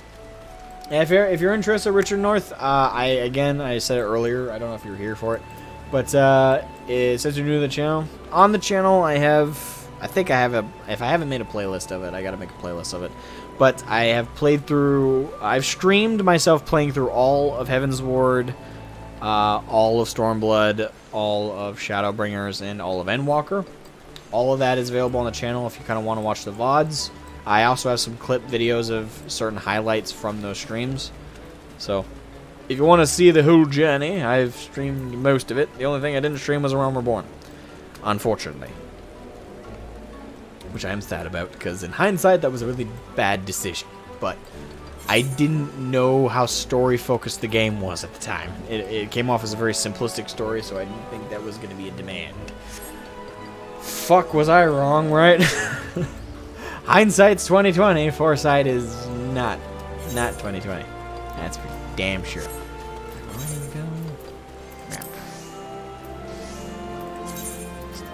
There it is. There it is, yes. I've found you.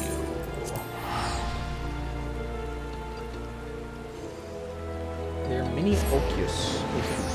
Ochus. So that's roughly how I know how to pronounce it. Simo.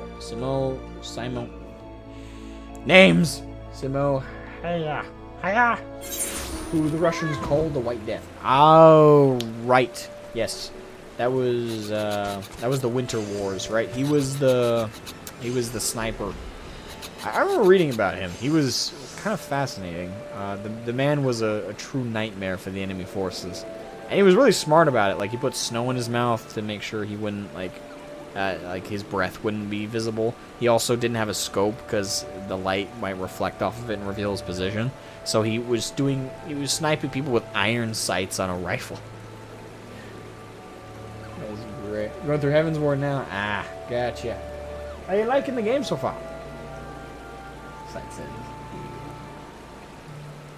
Let's finish. Most confirmed number of sniper kills in history.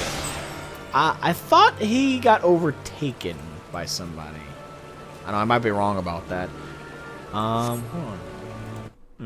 I know that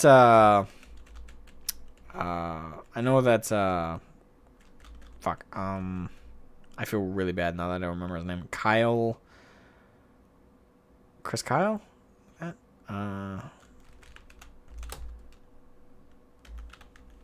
Yes, Chris Kyle.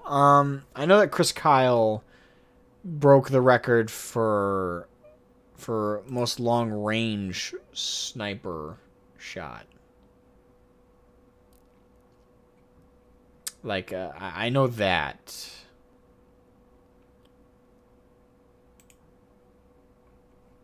I don't think he had the highest. Come on, I'll Google it. Most sniper kills in history. No, yep, Simo Haya still holds the highest. 505 confirmed kills. Yep, 505. That's confirmed kills, got to keep in mind.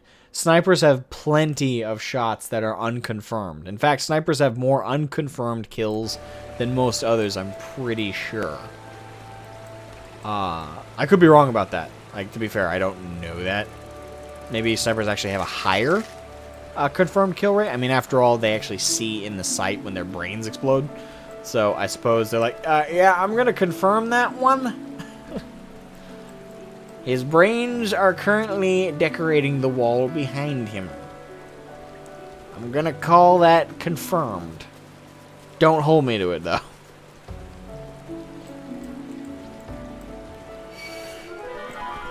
Call of Duty stuff? Yeah, I mean, yeah, 500, that's pretty damn good. God damn. Fuck. Oh, crap. I didn't realize I walked into a danger zone. Level 25 murdered me. He killed me. Yes, it was working. Yeah. Oh, crap. I forgot I set that place as my home. Shit, let me get out of here before I do spoilers.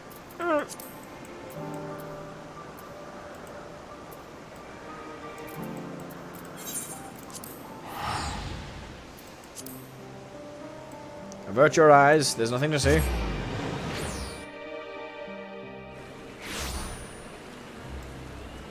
Some other guy survives. His brain... if he survived, he's gonna have one hell of a... one hell of a medical condition after that one. He's alive, but how?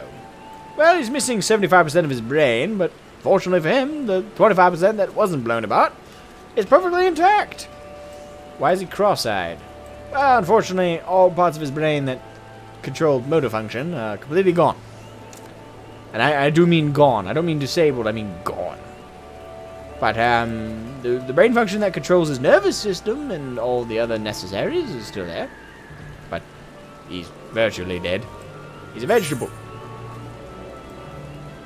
Sorry, that was very morbid.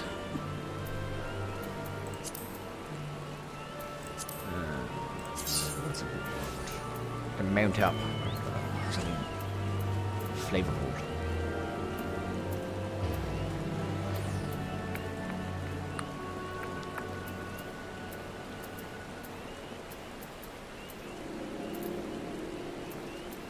F-17? I need to get more mounts. I got a severe lacking number of mounts. I'm disappointed in myself. Fuck it. Why not? Without a stag, I didn't ride it enough. Kelly here. It's kind of a fun mount. Alright, so... matter of perspective, really.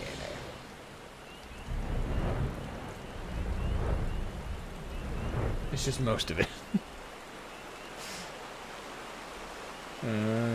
Sorry. Like I said, it's morbid, but it's kind of funny. Alright, now to monkey brain, what she said was supposed to be a careful analysis.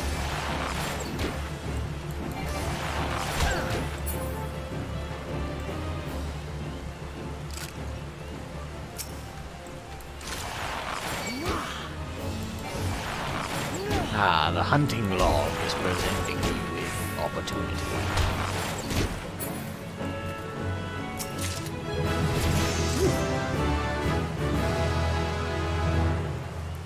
Leg graze. Ah, it's a stun. It's a stun.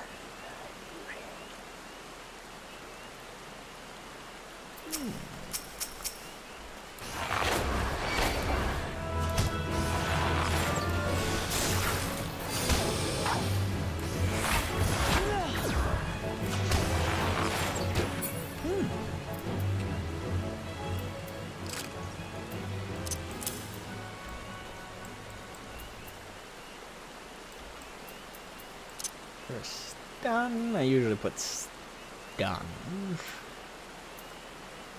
I don't usually have a usual spot for stuns. I'm gonna shift one. Fuck it. Alright. want a taste of fear when the henchmen call. Who needs a head? I mean, I know like half the drivers on the road don't use theirs, so not very many people need it apparently. Society is a cruel place. You know, the types of people they give licenses to and the types of people they don't. Oh, down, filthy monkeys! I suppose they're more like lemurs. Eh.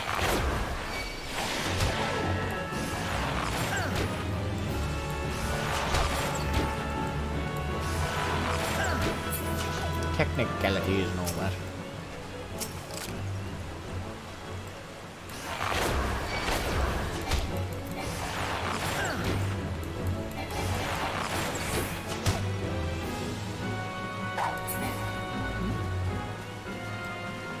And it's down.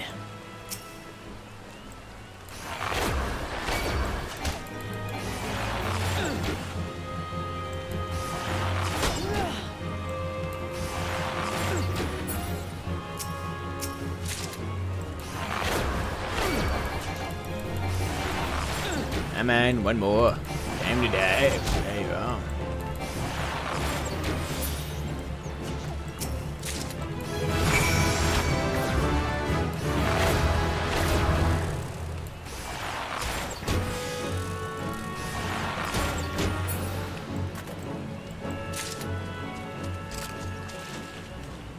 Asmogan's archery style. Oonga booga.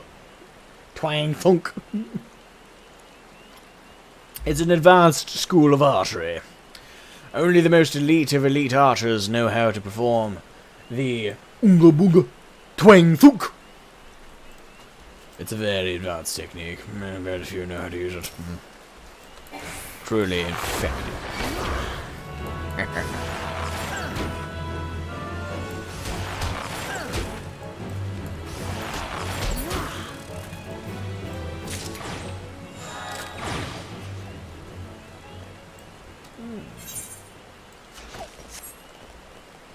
When the henchmen call.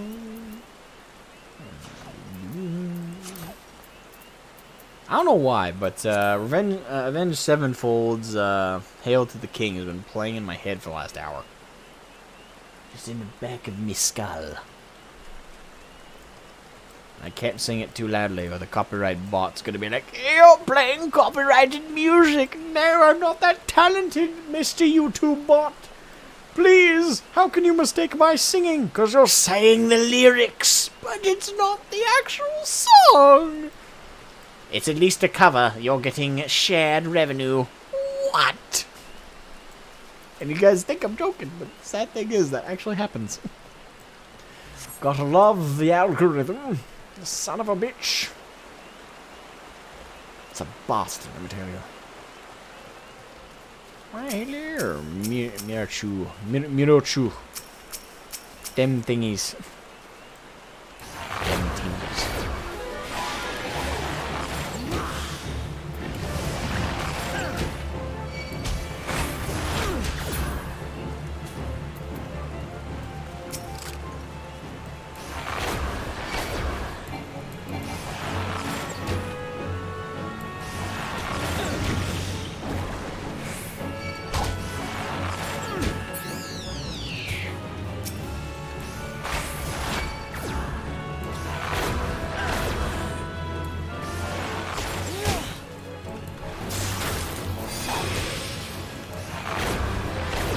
Go down, you bastard.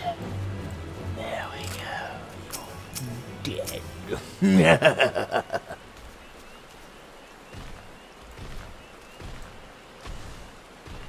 Thinking about trying Bard?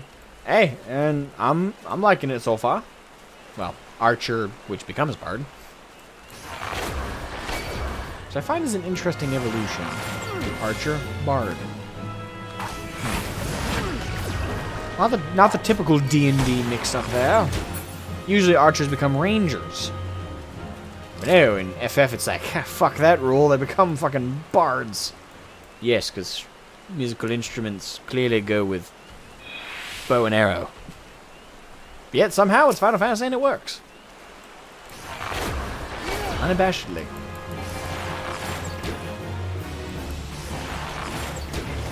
Back off.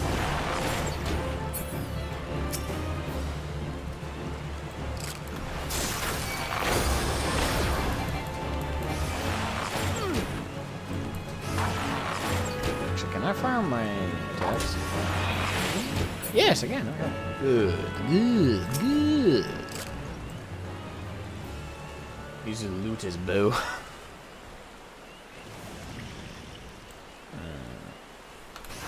Poison shot. Poison strikes. He's poisoned me. When the henchmen call.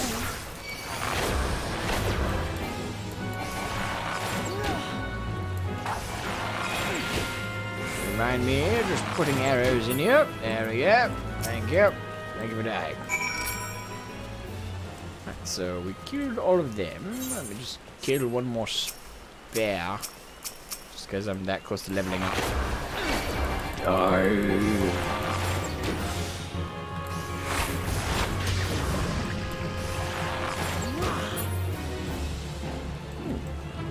Alright, level up to level 8. Huzzah! Now, only 82 more levels to go before I've maxed out Archer. Well, technically speaking, I maxed out Archer in 22 levels. But then from there, I need another several to max out to Bard. But it's in progress. It's being made. We're working our way through. No, Gradania.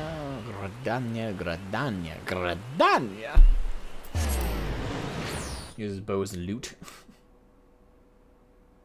Oh no, I think I already read that. Oh, no, because Spear said uses loot as bow. I mean, music's like uses bow as loot. It's kind of like that old argument of what came first, the chicken or the egg. What came first, the bow or the loot?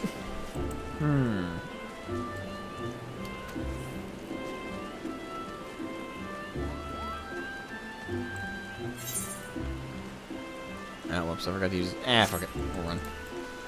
Could have used the Ethernet, but fuck it. Fuck it. Why not? Just head straight there. I need the exercise on me legs. On me legs.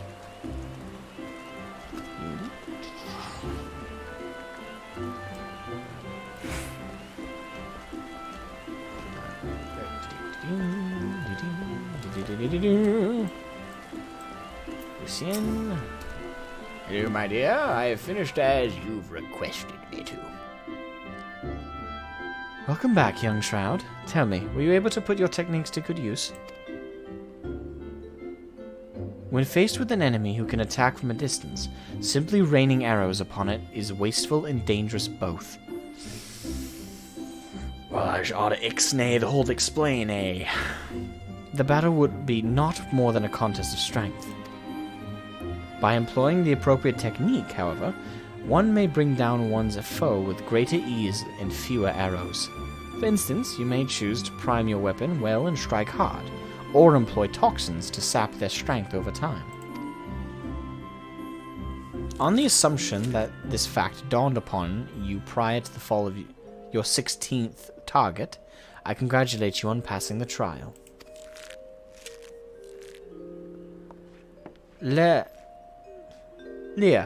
Silver. Fuck, names. Leah. Leah. Lay. Fuck, I'm gonna say Leah. Leah. Sylvia. What is your honest evaluation? Not bad, if you ask me. The adventurer pulls a good bow, and is enthusiastic besides. A pleasure to meet you. My name is Leah Alipo, and this is my second year at the guild. It's quite plain that you have talent with a bow, but you must take care to mind your surroundings when you're pursuing a target. I had my eye on you for the duration of your trial, but not once did you notice my presence. Mind your surroundings. That is rich coming from you.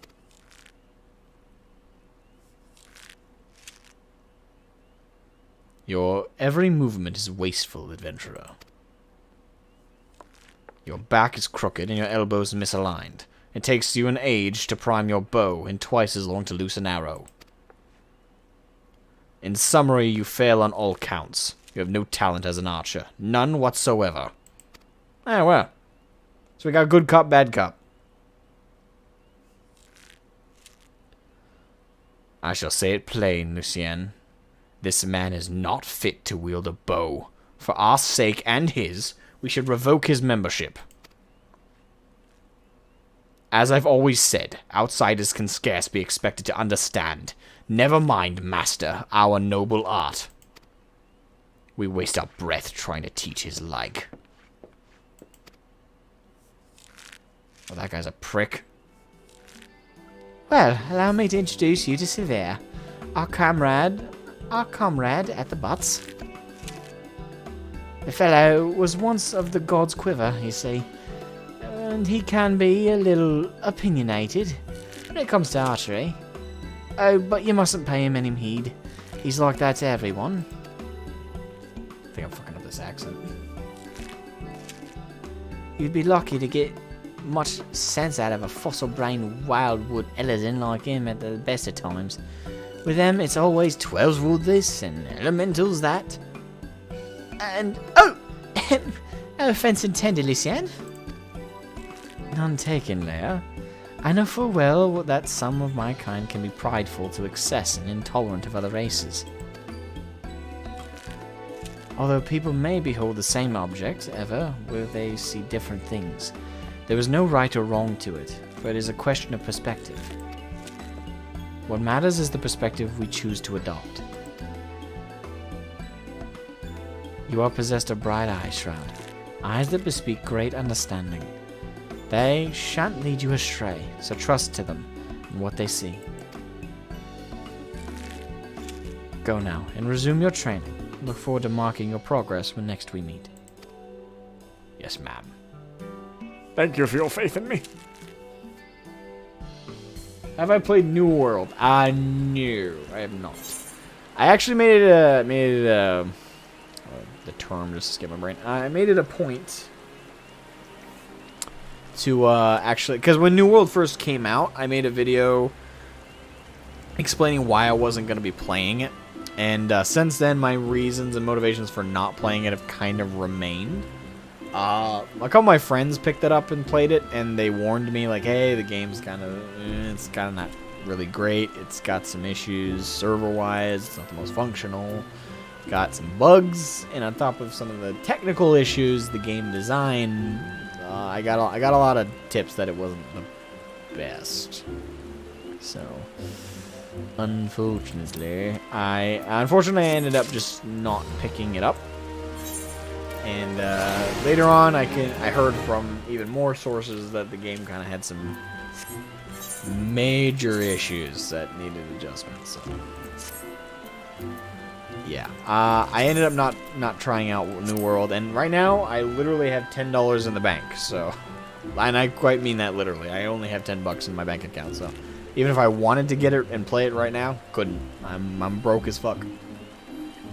I don't get paid for another couple days, so as it is, I don't think I have any monthly payments or any automatic payments I gotta pay until Thursday, so just gotta hold out and purchasing anything for 2 more days.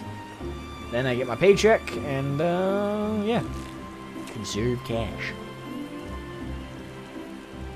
Gotta love adult life. There's so many bills to bear. Got bills to pay. Sorry, that's ain't no rest for the wicked. Always slips into my brain when I say that. Yes, indeed. All right. Alright, let me check what time it is. Alright, I'm going to call the stream here. I'm going to keep playing Archer, and I'm going to keep leveling it and playing through it off stream. A little bit tomorrow morning. I don't know how far I'll get through it, to be honest. But I gotta head to bed soon, unfortunately. Gotta get up tomorrow. Though I have the day off tomorrow, I do have the GT podcast with my co-host Ludus. So look out for that, guys. We'll be streaming around noontime tomorrow as usual, unless Ludus has to delay or can't show up for whatever reason. And, yeah. Other than that, it was wonderful having all y'all today. Wonderful having some fantastic people as always. It's good to be playing FF some more. It's a game that brings me a lot of joy just to be playing for any amount of time, no matter what I'm doing in the game. And, yeah, it's always a blast to be playing some FF14. Now, have a amazing night, everybody. And I'll catch you guys. Well, for those who are interested in the podcast, we'll see you tomorrow. And for those who are not, I will see you next time I get the opportunity to stream some FF14. Have a good one, guys. Bye-bye.